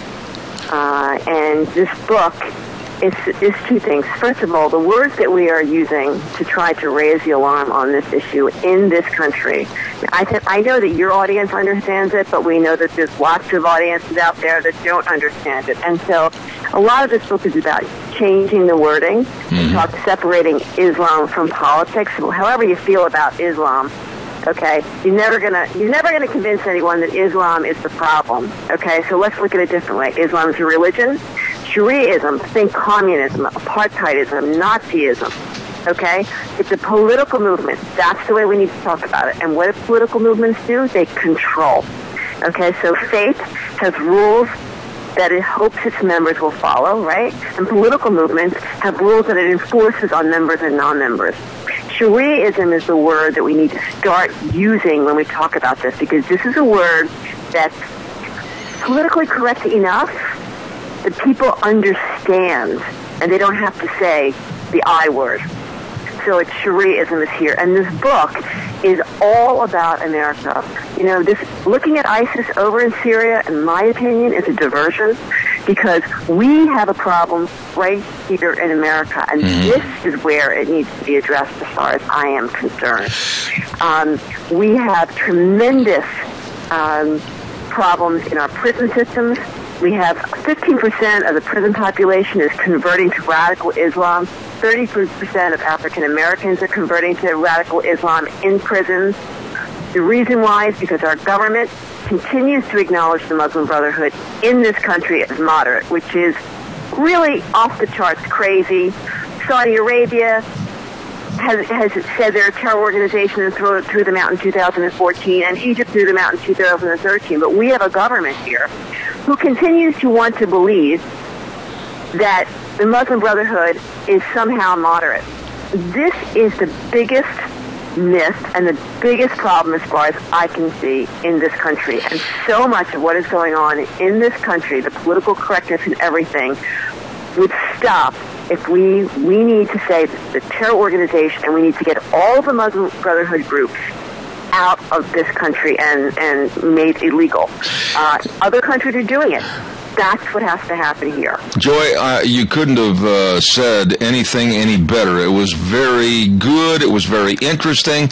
And I affirm everything you said, because I was involved in a conversation with our congressman, United States Congressman Mike Simpson, not that long ago, after he had sent the letter of condemnation to Michelle Bachmann. And she was questioning as to why Obama had appointed some of the Muslim Brotherhood to our cabinet back on the Potomac. And when I had Mike on the program, he basically chastised me and Michelle Bachmann and called us McCarthyists because we were questioning about these appointments of Muslim Brotherhood members. I personally am going to hold his feet to the fire on this, because I think he's wrong, and a person like him should be less than naive, or more than naive, pardon me, and should apologize for his statements. I couldn't agree with you. I mean, it's really remarkable what's happened. Listen, that was what you're referring to is in 2012, 5 congressmen, including Michelle Bachmann, went and said, we would like an investigation into the possible infiltration of Muslim Brotherhood in our government. Possible infiltration. They went to the U.S. House Intelligence Committee, and the Intelligence Committee said, no, that's very un-American that you're pointing your finger at this. This is our House Intelligence Committee saying no. If they're not willing to gather intelligence, who is? I'll tell you something that's going to make everybody's hair stand on end, which is, again, why we need to be very clear about what's going on with the Muslim Brotherhood. Our own Department of Homeland Security, sent someone by the name of David Myers, Director of Homeland Security, to the mosque in Oklahoma City, the mosque in which the guy, Alton Nolan, beheaded a coworker, 54-year-old, and slashed another. Yes. And what did this Department of Homeland Security guy say? Quote, he praised them for their service that they had given during some, some crisis or some hurricane or tornado or something that had gone on, and praised them for their community service, and said, quote, your service is a powerful example of the shared roots of Abrahamic faith and how our communities can come together and share peace with dignity and a sense of justice. Reading a letter penned by President Barack Obama. Okay, fine. Does he say anything like, are you condemning beheading in your mosque? Why haven't we heard your voices? Okay, what is your point of view about this? What are you doing to try to make sure that your young people who attend your mosque do not believe Islam this is the way? I mean, I can't get over this. And with the New York Times and all of those newspapers, no one is going to report this. This is what is happening. This is what is happening after a beheading. President Obama pens this, and our Department of Homeland Security goes down. So I don't know why we have government officials who are kind of useful idiots that do whatever they're told, that go down and say these kinds of things. But I think it's time to be protesting in the streets. Joy, I really do. Joy, let me ask you this, and I'm sure you probably addressed this in your book, Shariaism is Here. But are we as a society, in general, are we so naive that we don't understand, or is the Islamic movement worldwide a very well-oiled, guided machine that is just steamrolling over us? Well, I mean, it's a combination, but I would say that it is a very well-oiled machine. Okay, remember, they have billions of dollars. Okay, because they stronghold governments like Indonesia and all these other governments and say either in Kuwait and whatever, either you give me your oil dollars so that I can terrorize outside of your country or I terrorize inside your country. So they have access to money. There's just the sheer numbers means that they have a network that's huge.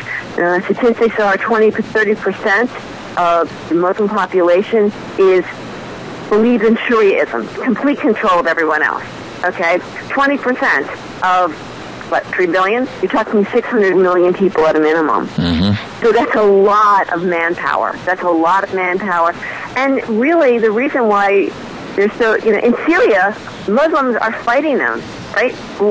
Tooth and nail. They're blowing each other up because Muslims understand what's at stake here. Americans, Europeans, with our naivety and our misplaced tolerance, they're using our democratic laws against us, free speech. Oh, but you can't criticize Islam.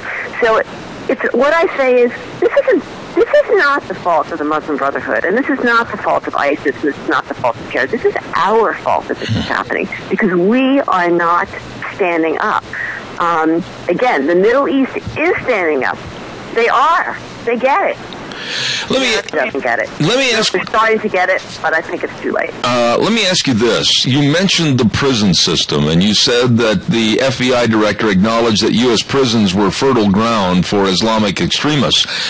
What about the already established training terror camps where they're practicing and training jihad and murder and killing at camps in New York, camps in Texas, camps all across this United States? How come we, the public, are not being informed as to how deadly these camps can be if there's a call to jihad? I think we have to give up on the idea that the media is ever going to report on this. I really do. I think it's really important that your audience and everyone out there start looking at National Review Online, start looking at American Thinker, start really looking at Atlas Shrugged. Some of these sites may be a little bit aggressive in their language, maybe too aggressive for me. However, they are well fact-checked. And that is the only way you are going to get the facts. You're just not going to get it any other way. And our governments absolutely know about those terror camps. They absolutely know. And yet they won't do anything about it. I was in Nashville the other day, speaking to a woman in Nashville who was telling me that there are no-go zones in Nashville. Nashville is a gateway city. We've been resettling Somalis there for years and years. What happens is we resettle immigrants, but we just drop them in. And so what happens is the first people who welcome them in is the mosque system. 80% of mosques in this country are owned by Saudi Arabia.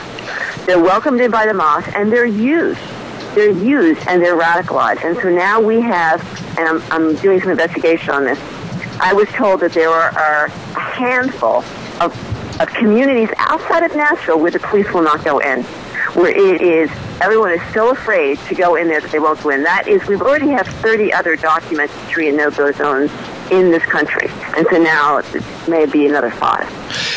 Basically, when you finished the book and you wrote the last page and you put the pen down or turned off the computer, what is the theme of the book and what do you want the reader to have stay with them when they finish reading it? Okay, the theme of the book is that we have got to separate religion from politics. And the theme of the book is, it is here. You read this book, it's about 60 American news stories from 2008 to 2014, where I've said what the story is, there's quotes by experts, there's facts, and it's all pictures. It's like a picture book. It's a no-brainer. It's for people with ADD like me. And the idea is you look at these stories and everyone says, oh, that's just one example of some religious discrimination lawsuit against someone who criticized Islam. Oh, that's just one example of, Target has to now allow their cashiers not to handle pork. But when you see 60 stories, it's no longer, oh, that's just its own unusual circumstance. It's a clear pattern. It's happening in this country, and it's not just terrorism. So the three things are, we have to use different words. Shariaism, we know, is a word that resonates with liberals and centrists because it's like Nazism and it's like communism. We have to recognize that it's happening in this America and not be diverted by what's happening elsewhere. It is here, and what's happening here, it's a lot less terrorism here. And it's a lot more just a tremendous conversion machine here, converting people to radical Islam, converting youth to radical Islam, and we've got a mosque system, 80% owned by Saudi Arabia. I'm sorry. I think it's time to start surveilling the mosques. This is what's happening inside. We're not hearing from them. So I don't know what other assumptions to make. One last thought, Joy, and I don't want to give away anything in the book, but I do want to ask this question. Is there a solution to the problem? Is there a finality as to where we can, how we can turn this problem around? Yeah, I think the first solution is that we've got to really talk about this out loud. You've got to write letters. You've got to speak to. People won't even have this conversation at work because they're too embarrassed to talk about this. Yeah. But I think the clear thing is that we've got to convince our lawmakers that Muslim Brotherhood groups have got to be made illegal, and we've got to have these liberty laws. Right now there are liberty laws in about 8 states, Tennessee. They're all in the book. And what liberty laws are, it's actually a law that says that if you're in a court of U.S. law at the state level, and Sharia law, okay, is used in any way, shape, or form, okay, Sharia law offers no individual liberties. So if a mother comes in and says, I want my kids, and the father says, well, I believe in Sharia law says I get the kids, that in this case, state constitutional law prevails. And it's not just about Sharia law, it's about any foreign law, because, of course, if we try to just talk about Sharia, we get slammed for a right religious condemnation. So these laws, these liberty laws, have got to be enforced all over the country. It seems ridiculous that we need to have laws that say, hey, guess what, our state constitution, okay, should override any less protective laws, but we do. So I think the combination of that and the combination of really talking about Muslim Brotherhood in this country, they need to be out. They are the source of everything that's going on here, and they are, they are driving this machine.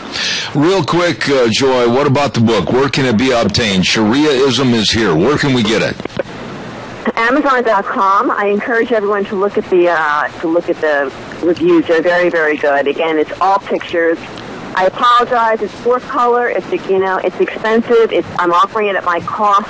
Share it with your friends if you don't want to buy a bunch of them. But I've gotten some great reviews. It's a book that you flip through. It's all pictures, and you will get the message very, very quickly. All right, a must-read. Shariaism is here. Joy Brighton. Joy, thank you. God bless you, and I thank you so much for being on our program this morning. Thanks for having me, Ted. Take care. You bet. Take care. Bye-bye. Wow. All the more reason that we need to be cognizant and aware. Political correctness is literally killing Americans. Joy Brighton and her book, Shariaism is Here. Time for the weather, and the weather this hour is brought to you by our friends at Lennox. With Lennox Home Comfort Systems, gas furnaces, air conditioners, and heat pumps, all through our friends at Ramsey Heating and Electric at 2600 Overland Avenue in Burley. Number to call, 678-0459. Right now, here is Michael Rogers' weather. Hello, everyone. Michael Rogers from Zip of the Ranch. Got good news, got bad news. What do you want first? Okay, let's do the bad news. Well, actually, it's really good news for your area because over in Twin Falls, it's blowing like crazy. But the bad news is it's going to be cold and it's going to be windy. You're like about single digits right now. You'll warm up to about 29 before it's over said and done. Overnight low is going to get cold again. And then you get ready for tomorrow. And you're going to get the first snow of the season. Now, bottom line with this snow, in the Magic Valley of south central Idaho, located in the Snake Plains of the Great Basin in the Mountain West, is that it's going to snow and it's going to warm up. And then it's going to turn to rain. Enjoy the weather. It's the only weather you got. All right, Michael, thank you very much. Brought to you by Lennox Home Comfort Systems, gas furnaces, air conditioners, and heat pumps through our friends at Ramsey Heating and Electric, 2600 Overland Avenue in Burley. Gina, I need to talk to you for a minute. Very important. Did you get the news message that just came down the pike? From Debbie? Yes. Yes, I did. We need to get this on, and you and I discuss it a little bit. They are closing Burley Junior High School as of right now. Yes, they are. And it will more than likely be closed the rest of the week. The heating system is down, and quite frankly, it's doggone cold in those buildings, and the district crews are working to fix the problem. But I understand that they've got to order some parts, and it looks like it's going to take some time. Yeah, it is going to take some time. So parents, you can go and pick up the kids at their schools. Buses are going to start running the kids home now, and so they need to check with the schools first. So parents, if you have schools at Burley Junior High, contact the school, go pick up your kiddo, or the buses will be there. All right, once again, let's reiterate that with these severely not expected cold temperatures, and then to have this happen, Burley Junior High School is closing today. And like they said, from Debbie Critchfield, Cassia County School Communications Officer, may be likely closed for the rest of the week. Heating system is down, and they can't expect everybody to wear their mucklucks in a heavy parka trying to learn algebra. And I never did when I was in good weather. I never did either. But it is doggone cold, and you said that the buses are starting to run the kids home, or the parents can go pick them up right now. Correct. Okay. All right. And that's from Debbie Critchfield, the lady that really stays on top of stuff, and we appreciate it, too. Yes. And, of course, Oakley Junior Senior High School is out of school for the day and maybe even tomorrow as well. Yeah. Boy, they had a different kind of a problem. Yeah. It was one that it smelled just a little bit. I'm wondering if it has anything to do with frozen pipes, too. Yeah. Deanne, wait a minute, what? They need to check the kids out. Well, the kids have to be checked out first. Yeah, we've talked about that. Yeah, kids need to be checked out first before they can leave school with their parents or whomever. So we want to stress that. But I guess they opened the door over there at Oakley, and somebody went, "Ooh, no school today." No school, thank goodness. You know, how do I delicately say this? One time at our high school back in Wisconsin, we got off the bus and we walked in, and the bell rang for the first class. And I can remember vividly, we were all sitting in the classroom, and all of a sudden, everybody started looking at everybody else. And the smell that was permeating through the whole school got worse and worse and worse. And pretty soon, about 15 minutes later, I never will forget Dr. Lepley, the superintendent and principal. He got on the microphone system and said, due to problems beyond our control, we are going to cancel school for today. I mean, it was just rank. Beyond your control? Oh, yeah, I guess. Whew, it was ugly. I'm not going to go to where my mind just went.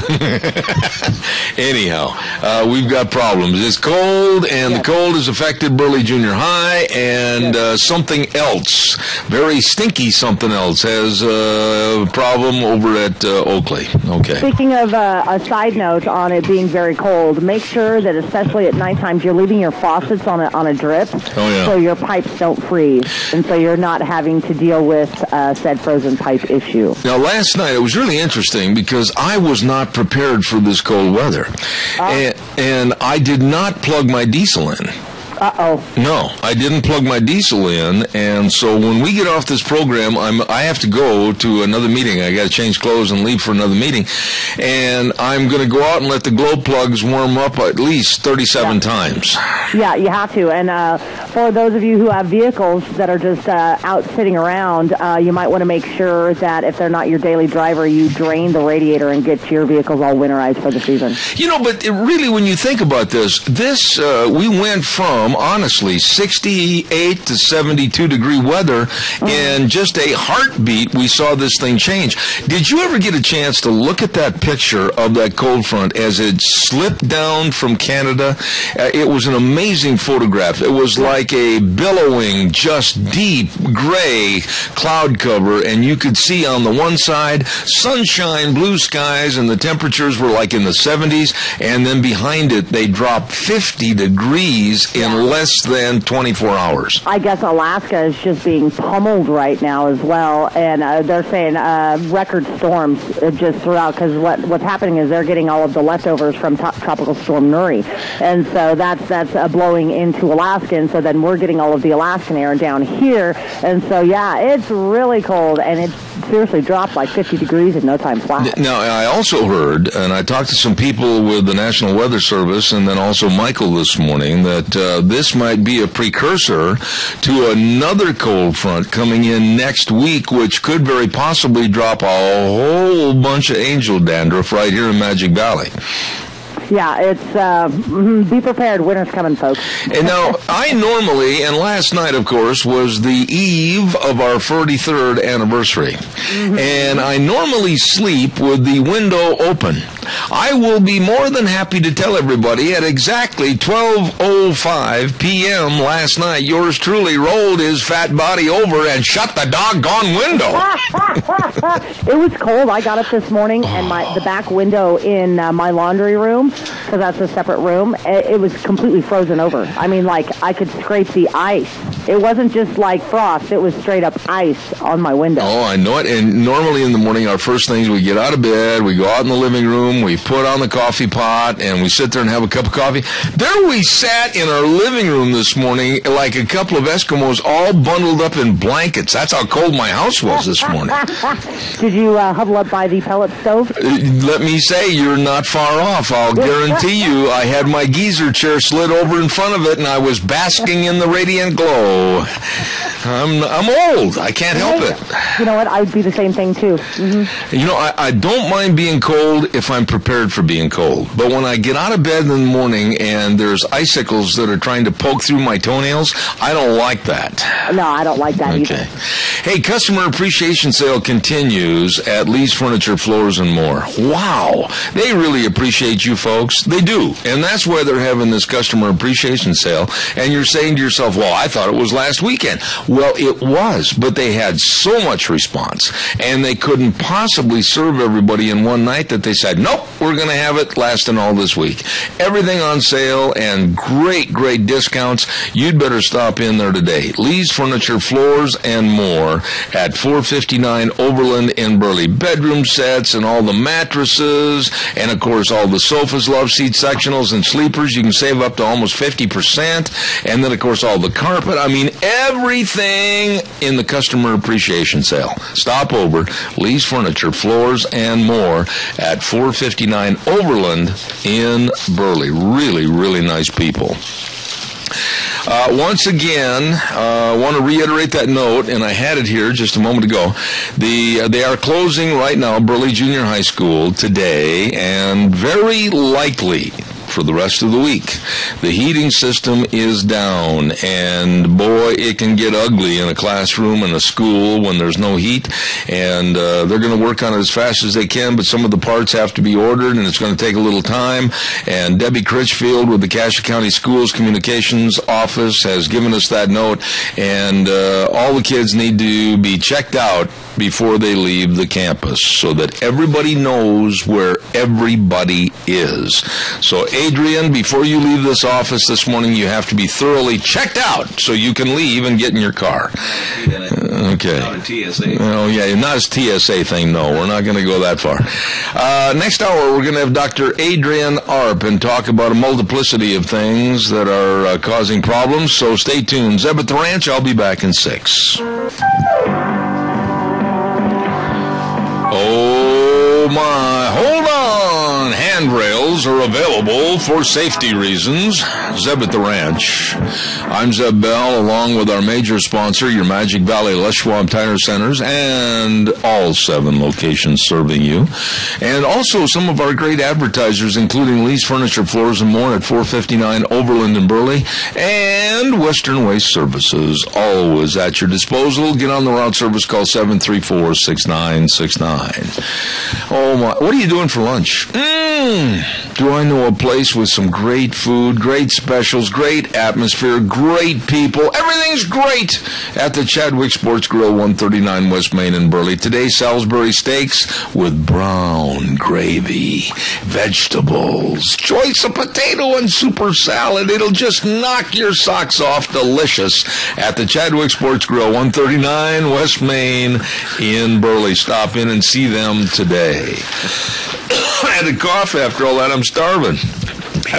We have a guest in the studio that has been here many times, and he is very knowledgeable about world events, what's happening politically, etc. And quite frankly, about 10 years ago, we've said this every time he's on the air, but I think it bears repeating. About 10 years ago, really right before the crux of the wording on and the dangers of Agenda 21, this man warned everybody. He said, look out, the government's going to adhere to a standard called Agenda 21 and take away a lot of our freedoms and rights.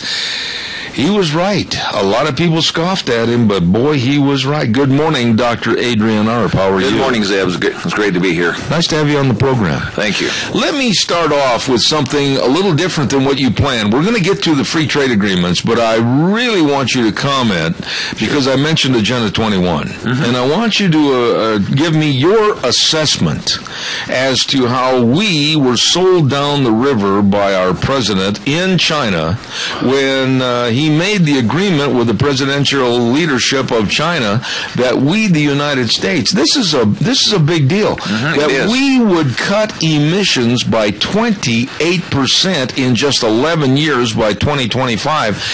I honestly don't think the American public realizes the magnitude of how serious 28% could be to regress your economy.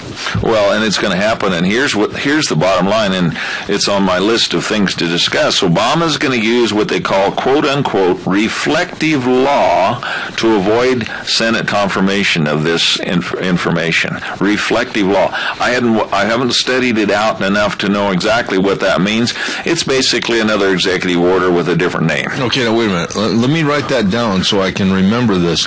He's using the terminology reflective law. I have never heard that terminology. Well, I'd heard it before, but I don't know exactly what it means. But in essence, it's basically an executive order that bypasses the Senate confirmation of any kind of a treaty. And of course, here's the bottom line, folks. The Chi-Cons are not going to. They can sign all the agreements they want. They're not going to cut down their emissions. They're not going to kill their economy. They're the biggest polluter in the world. Absolutely. And we're sending our coal that's now being used because of coal-fired plants that are being closed. That's right. And that coal is being shipped to China. And isn't that funny? And you notice when we don't have any fires or anything, we have this kind of a brown haze through the valley a lot of times. Now, that's not just all the pollution coming out of Boise. even Jay Leno, before he got off the air, they took him off the air, should say, or forced him off. He said a third of the California pollution was coming from China and India. Yeah. And he's right. He's absolutely right on. But what, you know politics very well, and you know the different laws. You know all about Agenda 21. You know all about the different trade agreements. But now let's just make this in real simple layman's terminology. What can people do? I mean, are we going to be subservient to what he committed us to? 28%, Adrian. It could stop anything progressive with travel, tourism, trying to get to work in the morning, trying to get the kids to school, trying to keep a school operating. I mean, that could severely damage us. Well, again, Obama, his whole agenda has been to destroy our economy. I mean, that's the bottom line. And he is he's so radical in his socialism and progressivism that, we're bringing us down to third. Here's the bottom line, folks. It's the goal has been since the formation of the United Nations in 1945 is to lower the standard of living in the United States to third world status so that we can comfortably merge with the rest of the third world countries. In other words, that's the goal, is to bring us down. And they're working at it. The middle class is being destroyed because our energy costs, free energy is what made this, or inexpensive energy. I came here 43 years ago this fall, and gas price was 23.9 at Maverick. Yeah. Okay? Yeah. I drove by this, and that was regular leaded gas, of course, at that time, which you got better mileage than we do now with the other stuff. But on a side note, the biggest problem we have, and to answer your question, what do we do about it? The EPA is implementing all of this stuff. And these bureaucrats, unscientific, I've lost 2 jobs personally with unscientific EPA nonsense. And all of this stuff about doing away with our coal-fired plants, you probably saw the article in the paper recently where they just cut the ribbon on a new gas-fired plant in Wyoming. Yep. The governor and everybody was there. Yep. Well, they shutting down 3 coal-fired plants, and one of them was sitting with a coal source right next to it, like Zeb's house out here. I mean, they could take a guy with a shovel and throw it into the furnace, and it was that close. Well, the problem is the cost of that energy was 70 cents per 1 million BTUs. The new cost is $4 for the same amount of energy with this new gas-fired plant. Plus, by converting everything like Fort Bridger and Volney to natural gas, guess what that's going to do for our heating bills right here locally? Okay, now stop right there for a minute, because this needs to be broken down so that everybody can appreciate how much it's going to cost them. We are looking at a demise of the energy grid, basically. Right. If the energy grid goes down, you're not going to back it up right now with solar or wind or natural gas. It is dependent upon coal right now. 40%. Why in the world isn't the American public just absolutely waving their fist in the air and saying absolutely not? Because I don't think they really understand and appreciate. It's not being told. I don't think they understand that electric car is not going to run out of the garage. I don't think they understand that the microwave's not going to function. I don't think they understand that the kids won't have school because they don't have any heat. I don't think they understand they won't be able to get groceries. I don't think they understand how severe this energy shortage, imposed shortage, could be. Well, let me back up, because this whole thing started in the early 70s, and I saw firsthand, like say, the gas price was 23.9. When things really hit the fan after the EPA came along and so forth, we had so-called the energy shortage, okay, and all of a sudden gas prices went up and so forth. Well, it was a government-allocated shortage. We had those Chevron tanks over southwest of Twin Falls. I knew the guy that managed that. They were full. The Burley tanks over here, I think, was Phillips. They were full. And I knew the guy that was involved in that.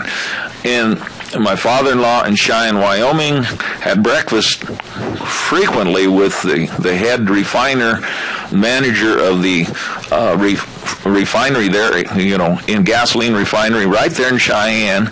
They were limping along. And so everything was full, but the government said each station only got so many gallons. It was a government created.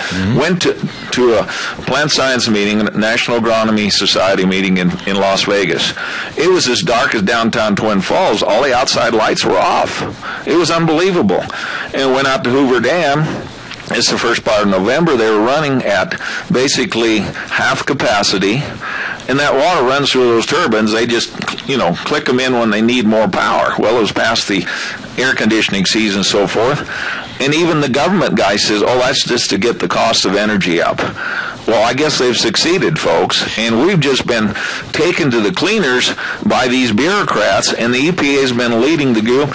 But, I've said over and over, until we defund the EPA, those bureaucrats are not accountable. The only thing they understand is what money they get. They get billions and billions of dollars of our tax money to eat out our substance. Okay, now let's break this down again. Now, number one, Obama committed us to a 28% reduction in 11 years. I mean, that to me is just amazing. It is. And so we're going to be seeing increased cost on energy, and our economy is just now, and remember the story that was in the paper a couple of days ago, and I couldn't believe it. I laughed, and I gave it to my wife to read. It was something to the headline effect that, oh my, lower gas prices are stimulating the economy. It's like some of these people that call themselves economists, they just fell out of bed and hit their head and realized that lower energy prices actually are a stimulus for other aspects of the economy. Really? These people are some of the dumbest people I've ever heard in my life. Well, and here's on top of that, it says most air and quality health experts say that America's air is completely safe.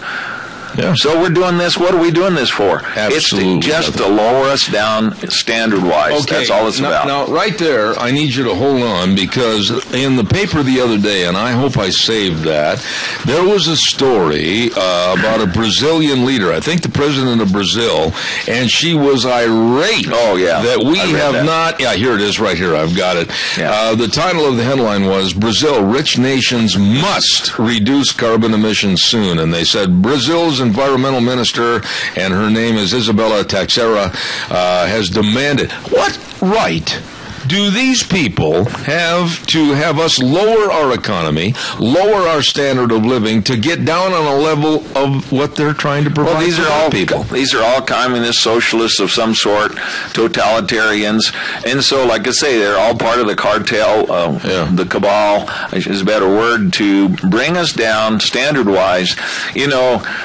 Free energy, or I should say inexpensive energy, is what made this whole machinery run and made this economy great. That's right. And now, because of the private land, government contracts for energy, for permits and so forth, is almost non-existent under Obama. But they can't overcome the private land, the fracking that's going on in North Dakota. And fortunately, most of it's almost all of it's on private land. And so we've got all this energy coming forth, and they don't know, they can't really regulate it, because they don't have their hands on it. Right. They're trying. Well, let me ask you this, and be very definitive here.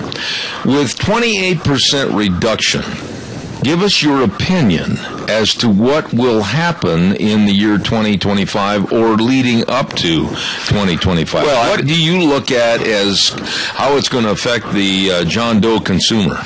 Well, I would say, we're paying about 8 cents a kilowatt for electricity. We'll probably be paying well over 20. Oh, my. Well, yeah, because you're going to have to, there's not going to be enough resources to come. Our heating bills for natural gas in our homes are if it's there. They're already doubling. Now, when I came here in 1971, we paid a penny and a half a kilowatt. Yeah. Penny and a half. Yeah. Okay, we're up to 8 now. And that's because we are paying for EPA mandated updates on Volney and Fort Bridger. And so, but the latest EPA mandates is going to force Idaho Power to spend even more money, and they're going to probably, even though they got a coal source right next door, they're going to be forced to go to natural gas. Well, what's that going to do to everybody that uses natural gas, meaning us that heat our homes with natural gas or electricity, either one? They're going to get you both ways. What about society as far as people don't realize when you have severe increases in energy, you have severe increases in inflation on all products? Well, that's right, because energy, whether anything that you go to the grocery store, I mean, when you raise the energy costs, that packaging, the processing of your food, the transportation to get it to the grocery store, the harvesting costs. Food itself could be enormously high. Yeah. And of course, Al Gore wants us to stop producing food here. Yeah. So we're going to import it all from non-safe countries. And it just galls me to go in the store now and find stuff that's coming from China. Are you kidding me, folks? And if they unfortunately, there's been enough people that are still forcing them to put the country of origin. They're cool. You've heard, familiar with that. Many times. But they're trying to do away with that, so we won't know where the food comes from. And then we wonder why people are getting sick. It's not because of the high quality. Our farmers and ranchers produce the highest quality of food in the world, not bar none. I mean, pat on the back. They really work at it. But thanks to our government, they're making it very difficult to even operate. And now the price of commodities, I mean, potatoes is below production cost, open potatoes, and yet, look at these other things that are going on. Corn and soybeans are way down, but the price of all inputs, fertilizer and so forth, because energy now having it go down is going to help. Gas prices down about $1 from what it was. But however, I did talk last week, and this gentleman has asked me not to use his name on the program. He's going to be on my program, as a matter of fact, in about another week.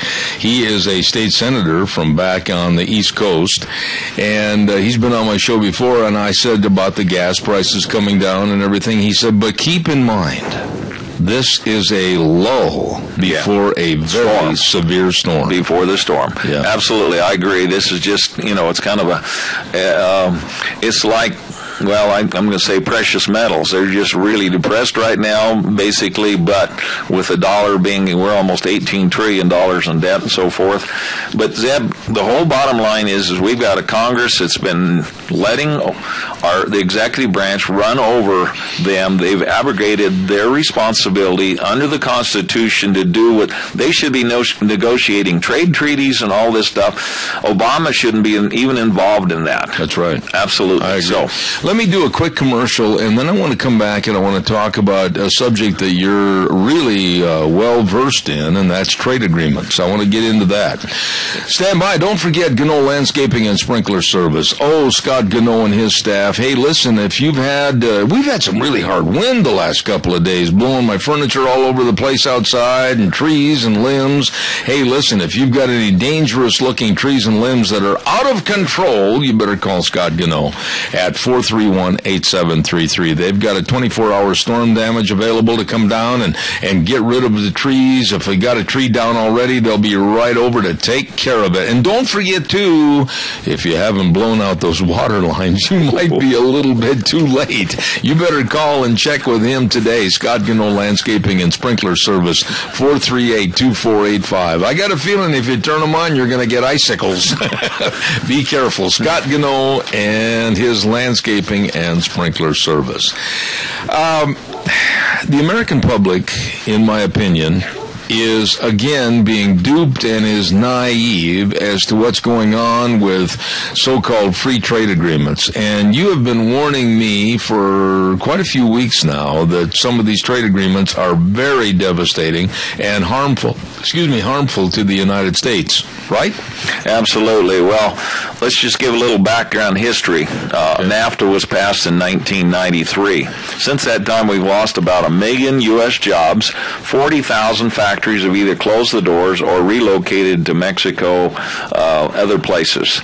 And our trade deficit was with Canada and Mexico was almost zero, and now it's running about $150 billion a year between the two countries. And so we now manufacture cars, light bulbs, etc., down in Mexico. We're getting food products out of Mexico and so forth, so check your labels. But these agreements are being negotiated as we speak. The one's called the Trans-Pacific Partnership, and that will take in the U.S. with the Pacific Rim countries except for China. The other one is called the Transatlantic Trade and Investment. That's really interesting. Partnership, and that's the one we combine with the EU, the European Union. Okay, so basically, keep it in real short-term layman's terminology. Go through the first one and the second one, and basically, what are they going to do or not do? Well, they have very little. The bottom line is they have very little to do with trade. And if you really want to have trade, all of these agreements from NAFTA and so forth, they've all been highly regulated trade. And if you want to have free trade, then you have the least amount of regulations. You just work out a deal and do it. And that's the way this country operated before NAFTA. Well, with these agreements, out of 29 chapters, Zeb, only 5 have to do with trade. Okay? Of these agreements.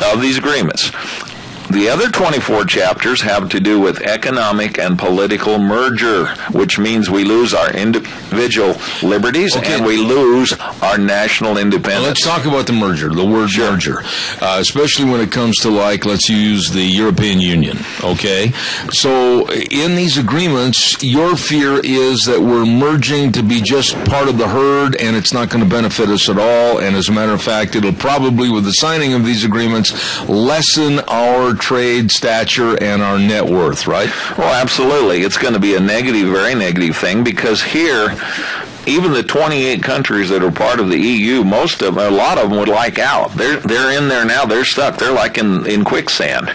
They wiggle around, but they can't get out. And so decisions, you think it's bad enough that we have bureaucrats in Washington, D.C. from the EPA and Bureau of Land Management, et cetera, Forest Service making decisions out here for us. Can you imagine when those decisions are made in Brussels, Belgium? Yeah. So we'll have unelected bureaucrats, once again, running the show. Almost like being controlled by the United Nations. Well, hey, you hit the nail on the head. And this is a regional government that will lead to world government. Where they dictate to us. Yeah, absolutely.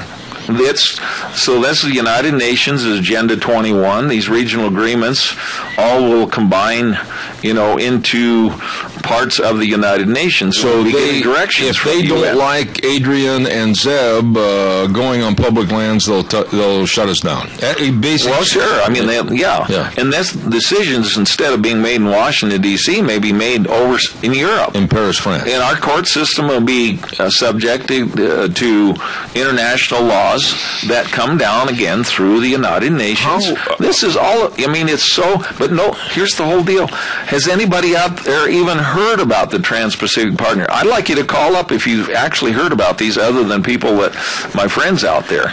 But nobody knows about these things. Well, no, wait a minute. I just the other day was listening to a talk show on television, and they were talking about the TPA, the agreement that you're just talking about, and the Trans-Pacific Partnership. And they made it sound like it was the greatest thing since sliced bread. Yeah, and motherhood and apple pie. Yeah, where's the naivete and the knowledge on this? Well, here again, who's pushing the agenda?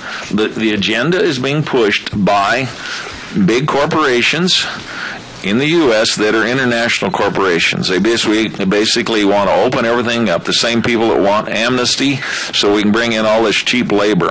In most of the big corporations, and I won't name them, but you name a big corporation through the U.S. Chamber of Commerce. I've even called in on your program and criticized the U.S. Chamber of Commerce, because they were really supporting Mike Simpson in the primary there. They are international oriented. They want this globalization. You have a few elitists that really run the show. What's in it for us? Pardon? What's in it for us? What's in it for us? Nothing. In the bottom line, no. Then why are we not being informed? Well, no, it will keep the bottom line. It'll make those corporations look good as far as if you got a lot of money to invest in XYZ corporation, they're doing everything. I work for two big corporations, okay? And all they care about is net income before taxes, NIBT. That's the terminology. And to keep the stockholders happy, they've got to keep labor costs down. All of their costs have to come down. But it's very short-sighted. What happens when the economy in this country, the people can no longer afford to even go out to eat at one of the Golden Arches or other places? You know, that because they can't afford the transportation to do that. See, so it's very short-sighted, but everything is done for now. I mean, our whole society is done for today, and don't think about down the road. I've got to jump in because we've got a hard break at the bottom of the hour, but when I come back, I want to ask you about who really is in charge and who really has taken over the power of these trade agreements. We'll talk about that in just a minute because I've got a hard break, and we're going to send it back to Gina at our studio. Stand by. Thank you.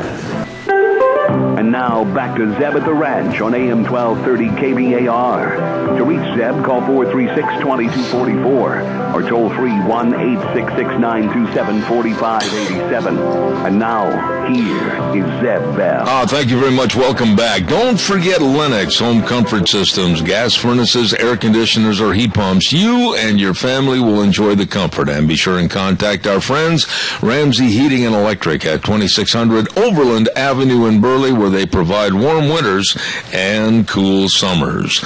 Also, want to remind everybody quickly about our friends at Snyder's Surplus. If you haven't been there, take the time to go there. It's not just army and hunting supplies. They've got something for everybody. I mean, you go in and ask them, and they'll probably have no matter what you ask for. They've got office chairs. They've got desks. They've even got tea tables. Would you like a spot of tea? They've got filing cabinets. They've got bunk beds. They've got combat boots. They've got everything over at Snyder's Surplus at 112 South, 200 West of Rupert. Brand new building, brand new merchandise, same great friendly service at Snyder's Surplus. You stop over and see them today.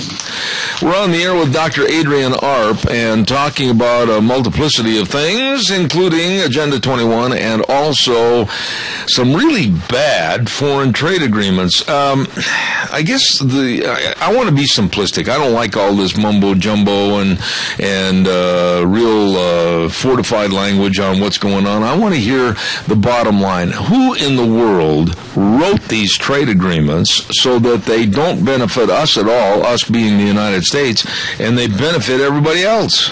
They're being negotiated with our State Department that, of course, is... Wait a minute. Whoa. Why should the State Department be negotiating trade agreements? Isn't that the job of Congress, per se, that represents we the people? Am I wrong?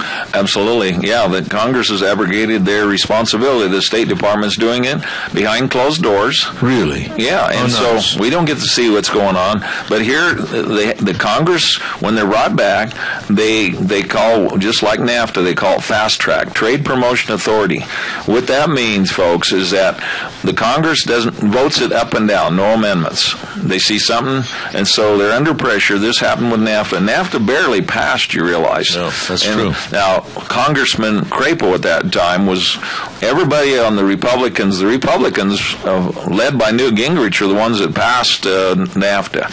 Well, the biggest problem with this whole thing is that it's being negotiated behind closed doors. We don't know what's in it. When they come back, nobody's going to have, they're going to get a nice summary. They're going to get a nice summary. Nobody gets to see the bill until you actually get it passed, until this treaty's passed. Then they find out the dirty details, just like the Obamacare. And so you have to pass it in order to see what's in it. It's like Pelosi said. Well, these agreements, and here's really the bottom line. The elitists that are behind this would end our national independence and our uniquely American personal freedoms and liberty. Yeah. That's the bottom line, folks, and it puts us into a world government mode. And of course, I haven't said it, but we need to, every time I get on this program, I write a letter to the editor. We need to get out of the United Nations el pronto by passing H.R. 75. If you doubt what I'm saying, get on jbs.org website. JBS stands stands for the JohnBirchSociety.org, or the New American Magazine, which has got tremendous information about all of these subjects on a bi-weekly basis. Let me ask you, though, Adrian, and again, I'm going to show a little ignorance here on this because I'm not exactly sure if I make this statement I'm correct, but isn't it in the Constitution that Congress is supposed to make these trade agreements and not private entities, independent bureaucrats? Well, absolutely, but you got the U.S. Chamber of Commerce, of course, is the, cheerleading team for these things, because it will help the bottom line of a lot of the big corporations at the expense of many smaller entities that will be put out of business. So we've got basically going right to the top, we've got John Kerry that's helping create monopolies, right? Oh, yeah.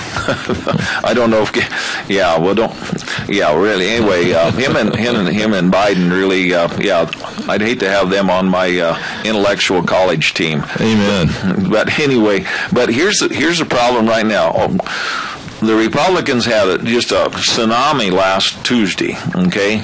But Mitch McConnell, probably will be the new Senate Majority Leader, gets on, has a press conference, and he says, I disagree with Obama on most things, but we need to pass these trade agreements. This is Mitch McConnell, and he's part of the problem. This is why the Tea Party conservatives put up an opposition that almost beat him in the primary. I don't understand these trade agreements to the point where, surely, like anything else, you can get a synopsis of something and simplify it so that most people, whether they're like me, you, or whomever, we can go, A, this agreement's going to do this. B, this agreement's going to create this. And C, the bottom line, this agreement will cause this much of an income flow. And if the general public sees that these trade agreements are not going to create any one of those three categories, they should vote no on it, because we should be looking out for ourselves first. So folks, the bottom line is we need to get on to our senators and our congressmen and say, we need to stop this nonsense. Number one, take back the authority that they have to do these trade things in the first place. And number two, to stop any kind of funding, make sure it doesn't pass, and make sure Obama doesn't use reflective law or executive orders. I have got to find out what that is. And so, but McConnell favors these agreements. And if this Trade Promotion Authority passes, I can guarantee you they'll put enough pressure on enough congressmen that we'll be forced into this thing. And I can guarantee you it'll be like NAFTA on steroids. What do you think it's going to do for your line of endeavor, and basically a lot of mine, agriculture? Well, agriculture is going to be hit with, actually, agriculture might open up some trade situation, but they're going to be one-sided. Let me give you we had a trade agreement with Korea, and I think I mentioned this on the air. In that agreement, we allowed to take all the Kias and Hyundais that they can put into our market, and we, basically there's unlimited. Yeah. But at the same time, we can only send 75,000 of our automobiles over there to Korea, South Korea. Right. Okay, they're sending a couple million or more, probably more, over here that are purchased every year, and we can only send. So if a citizen in South Korea wants a Cadillac Escalade loaded up, or a Lincoln Continental loaded up, he can buy it, okay, but here's the problem, and this is how these countries all protect themselves, and it's universal. If you buy one of those cars, you also get the equivalent of an IRS audit from their government. So how many Lincolns and Cadillacs do you suppose we sell over there? None. When you make a trade agreement, let's say that you are the head of the Chinese government, okay? And I'm the head of this government, or we're the head of two trade unions here in the United States. And I've got beans to trade you for rice. Let's just use this simply. I would want to sit down and say, Dr. Arp will either trade you straight across, or the difference in the price of the commodities, being that if beans were worth more than rice, I would want that trade difference, which would come back to my country and my growers. So that it's a fair and equitable trade. That's the trouble. There's no fairness about the agreements that have been made. since NAFTA. It wasn't a fair So agreement. we're letting all these Kias into the country. Yeah, and look here locally what's happened to our sugar price. Yeah. We were almost $60 or 60 cents a pound or something like that, or $60 a ton. And now we're down to 40, and if you weren't over 17% sugar, this is real.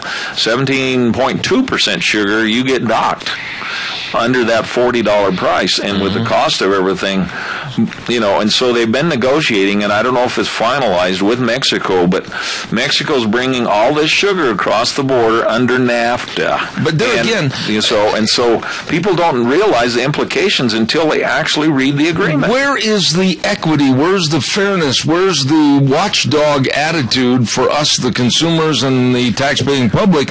That's what Congress is supposed to be doing. That's right.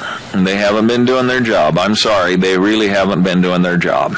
Wow. And in all fairness, I'm sure they've been, Senator at that time, Congressman Crapo, once he saw the provisions, I was over here on business, over in the Burley Rupert when they were discussing on a program, Chuck Harder's program was on. I think it was on your radio station. I was over here, and I have a yellow pad. You see this, I live by these yellow pads, and I sat there for 45 minutes. They discussed mining, timber, and agriculture, and I took down page numbers, went back, and we met with Crapo and told him, if you can still vote for NAFTA after reading the actual agreement, I have the 2-volume set, it's about like that, of NAFTA, and he came back and said, I didn't realize that was in this, because the summaries are a bunch of lies, just like the summary of Obamacare. Okay, now that's exactly what I was getting at before. You've got a summary of a bill, a trade agreement, if you will.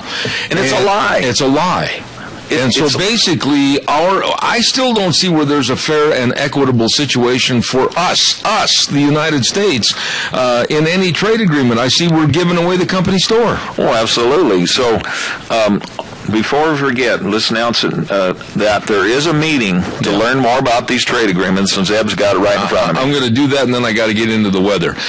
Citizens for Fair Trade present Free Trade has never been about trade. There's going to be a very, very informative meeting next Tuesday, November 18th at 7 p.m. at the College of Southern Idaho, room 277 of the Taylor Building, and it is free, and it's going to talk about these trade agreements and how we're being sold down the river, right? Yeah, and it'll be really good. It's a PowerPoint presentation. It's very, very informative. We're just hitting the tip of the iceberg today. Right. We've got the weather coming up right now with Michael Rogers Weather, brought to you by Scarrows Meats, 331 North Road, Jerome, 324-7657. Oh, my goodness, they guarantee everything they sell, and right now, you better order your smoked ham or your smoked turkey for Thanksgiving. Don't be late. Get on the phone. Call them right now, 324-7657. They sell taste one bite at a time. Scarrows Meats. Right now, here's Michael Rogers Weather. Hello, everyone. Michael Rogers is Deb at the Ranch. Got good news, got bad news. What do you want first? Okay, let's do the bad news. Well, actually, it's really good news for your area, because over in Twin Falls, it's blowing like crazy. But the bad news is it's going to be cold and it's going to be windy. You're like about single digits right now. You'll warm up to about 29 before it's over said and done. Overnight low is going to get cold again. And then you get ready for tomorrow, and you're going to get the first snow of the season. Now, bottom line with this snow, in the Magic Valley of south central Idaho, located in the Snake Plains of the Great Basin and the Mountain West, is that it's going to snow and it's going to warm up. And then it's going to turn to rain. Enjoy the weather. It's the only weather you got. Thank you, Michael. Brought to everybody this hour by Scarrows Meats, 331 North Road, Jerome. And they are a locally owned custom meat processor, Don Scarrow and the rest of the crew, and they guarantee everything they sell. They sell taste one bite at a time. Scarrows Meats, 324-7657.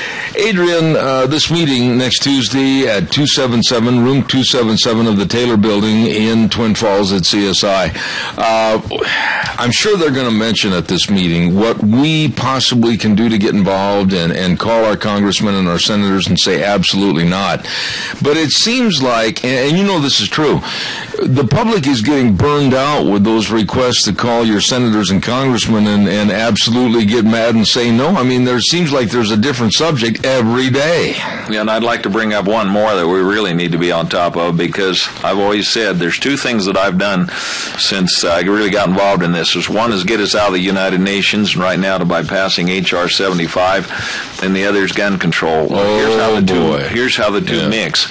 And you probably heard that the United Nations is going to put in the Small Arms Agreement, which will basically give authority to disarm the populace of the planet, and that's going to be put into effect on December the 24th. Merry Christmas. Why do people think that that's all a big joke, and they laugh at it and they scoff at it?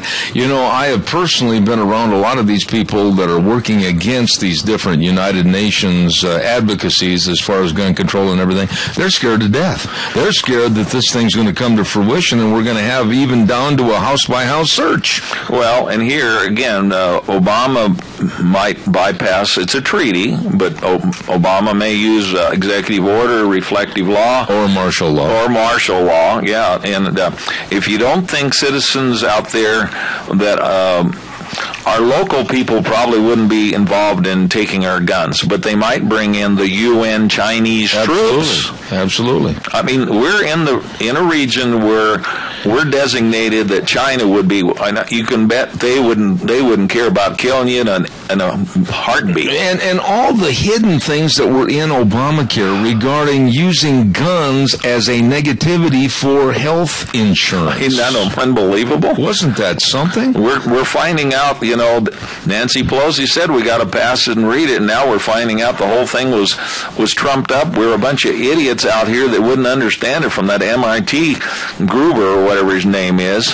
And there's it's just incredible. All of this stuff is going, and there's no transparency in any of these things. I haven't even brought up the fact there's another trade agreement that just came out, and the New American Magazine that I became aware of just recently, if I can put my hands on it. But it's, again, there's no transparency. You got the U.S. Chamber of Commerce. It's an investment kind of thing that's going on, and they get basically is another kind of a treaty. It's a third treaty, but we need to just be cognizant of the fact that all of this is being done very behind the scenes. We don't see any of it until it's too late. Absolutely. So, folks, be vigilant. I can't emphasize enough. If you put one website down that you can look at, jbs.org, thenewamerican.com, to find out what's going on, and then take action, because we're in this battle, and we may have won the election, but we haven't won the war. I absolutely am so glad that you brought up the gun control issue, because I've got quite a few people coming on next week to talk about gun control issues, ammunition control, etc. And with the tying into Obamacare and Obama making many, many statements about more gun control, in the last 2 years of this man's tenure of office, I'm really concerned with that pen and that phone and that treading upon the Constitution. This man will do anything. Yeah, he's not backing down a bit. And what's really scary is this lame duck session of Congress with Harry Reid and Obama absolutely working together to cause all kinds of chaos, total constitutional violations. So we have to be, most of the bad bills that have been passed on through history have been during lame duck sessions, and they during the Christmas Thanksgiving holiday, when people are most unaware, when people are busy with getting ready for the holidays and getting ready for Christmas and going to the store shopping, and they don't want to hear about it. I've got friends said, I don't want to hear about it. I don't want to hear about it, but I've got others are saying, they understand that there's a real problem, but we need more rowers at the oars out there, folks. And so if you haven't been involved, please do so. And just going to vote last week, yes, that's a constitutional right and responsibility, but that doesn't abrogate our responsibility to know what's going on with these trade agreements, gun control, what's going on with the UN, how that Agenda 21 is coming in here, how the EPA is spending every year. It costs us $353 billion in regulatory costs. And right we haven't even had a chance. And we haven't even talked. We haven't talked about the water agreement that they want to try to absorb. And that could be devastating. Hold on just a minute. Let me do a commercial, and we'll just try to touch it. We got about 3 minutes left. Don't forget forget your Magic Valley Les Schwab Tire Centers. And they are ready for winter driving. That's right. They've got all the tires that are pinned for studs. They've got everything you need right there. You better believe it. All the chains, all the traction tires, the best in brake service. And, of course, don't forget shocks and front end alignments. And, of course, the best in batteries. Oh, I'll bet you there are some people that were late for work this morning. Their battery might not have turned that engine over. By golly, I'll tell you, you better stop in and see Lane and Rupert, Dave on Blue Lakes and Twin, Mike and Buell, Mike and Jerome, the Twist family and Paul, and don't forget John on Poline and Randy on Oberlin and Burley. Your Magic Valley Les Schwab Tire Centers. Adrian, real quick, I know we haven't got a lot of time left, but I do want to mention about this water issue. I mean, they want to, through the EPA, and boy, this is tough, because I think back of that gentleman over at Fort Bridger, Wyoming, that dug a little pond for his family and for the wildlife, and he had the approval and the permits from the state of Wyoming, and then the EPA came in and fined him like $75,000 a day. They want to regulate every, honestly, puddle of water everywhere. Okay, this is Agenda 21, folks. Their goal is to regulate, control everything and everybody on the planet Earth. Okay, and our EPA is doing it, and we got to stop it. But this one last agreement I want to mention to you. It's Trade and Services Agreement. It's a 4-day meeting that took place September the 22nd, 23rd, Geneva, Switzerland, headquarters of the World Trade Organization. Here's the bottom line. Under the U.S. constitutional system, the national government of Washington, D.C. is restricted to exercise specific delegated powers that have to do primary with national defense, diplomacy, postal service, the individual states reserve to themselves the vast majority of powers concerning criminal, civil law, commercial relations, contracts, so forth, and business professional standard licensing. Each of our 50 states enacts its own laws and regulations governing these matters. The TISA would strip those powers from the state and local governments and transfer them to regional tribunals, courts, and the WTO, World Trade Organization. My guys, have your senators, congressmen, government, state legislators register opposition to this assault on our national sovereignty, states' rights, and service jobs. You know what I found in many instances is that, and I'm not being denigrating any of our congressmen or our senators. I'm just saying this up front. Many times I have mentioned to various senators and congressmen a problem with this, that, or the other, and they honestly hadn't been aware of it. They hadn't been informed, or they haven't been given the study of the information. They don't get the information. They get these summaries, and they don't have time. And if they're not really digging into the deal, but there's no transparency back there, so they get this nice summary, and it says, "Oh, this sounds like apple pie motherhood," and and so forth. And so by reading the summary, they're actually putting us on the chopping block by voting for it. Yeah, they don't. They. So the people that are doing the summaries are obviously lying. There you go. That's the whole deal. It's lies, lies, and more lies. Whether it's Obamacare, Benghazi, it goes on. These trade agreements, they just lied to us, and they've been getting. It would make Pinocchio. You can imagine how long that nose and how big that bird nest would be out there. Bridge. I got to wrap things up. Adrian, thank you so much. I really appreciate it. Always enjoy having Dr. Arp on our program, and we'll look forward to having him back. I think the bottom line, Adrian, is that we want people to be aware, we want people to study, we want people to call their representatives and their senators and be reading all you can about these various trade agreements, because they're not all good for us. Come out to that meeting next Tuesday at CSI, Taylor Building. You bet. All right, tomorrow's Thursday, and that means it's what I call a wrap-up on the week and a whole bunch of segments tomorrow. We've got the Chamber Report, and we've got Dog Nation, we've got Rita Ramsey, Starving to Death, we've got Cassia County School Days, and we're going to have Nick Greenwell on behalf of Burley Physical Therapy and Rehabilitation, and we've got an old codger coming on the program, and that's Jack Euler, and we're going to have him on at 10:30, and so all your calls are welcome too. I want to remind you real quick that next Thursday, November 20th, at the Golden Heritage Senior Center, don't forget we're presenting the first annual Pilgrim's Pride Thanksgiving Dinner. Pilgrim Pride Thanksgiving Dinner, November 20th, starting at 5 p.m. and going till whenever. It's only $5 per ticket. turkey and ham and all the trimmings and door prizes and games and raffles. And the proceeds, of course, go to help our Meals on Wheels. So everybody try to be there. Until tomorrow at 8:06, Zebeth Ranch, the way things were, the way things ought to be. God bless you and your family. We'll see you then.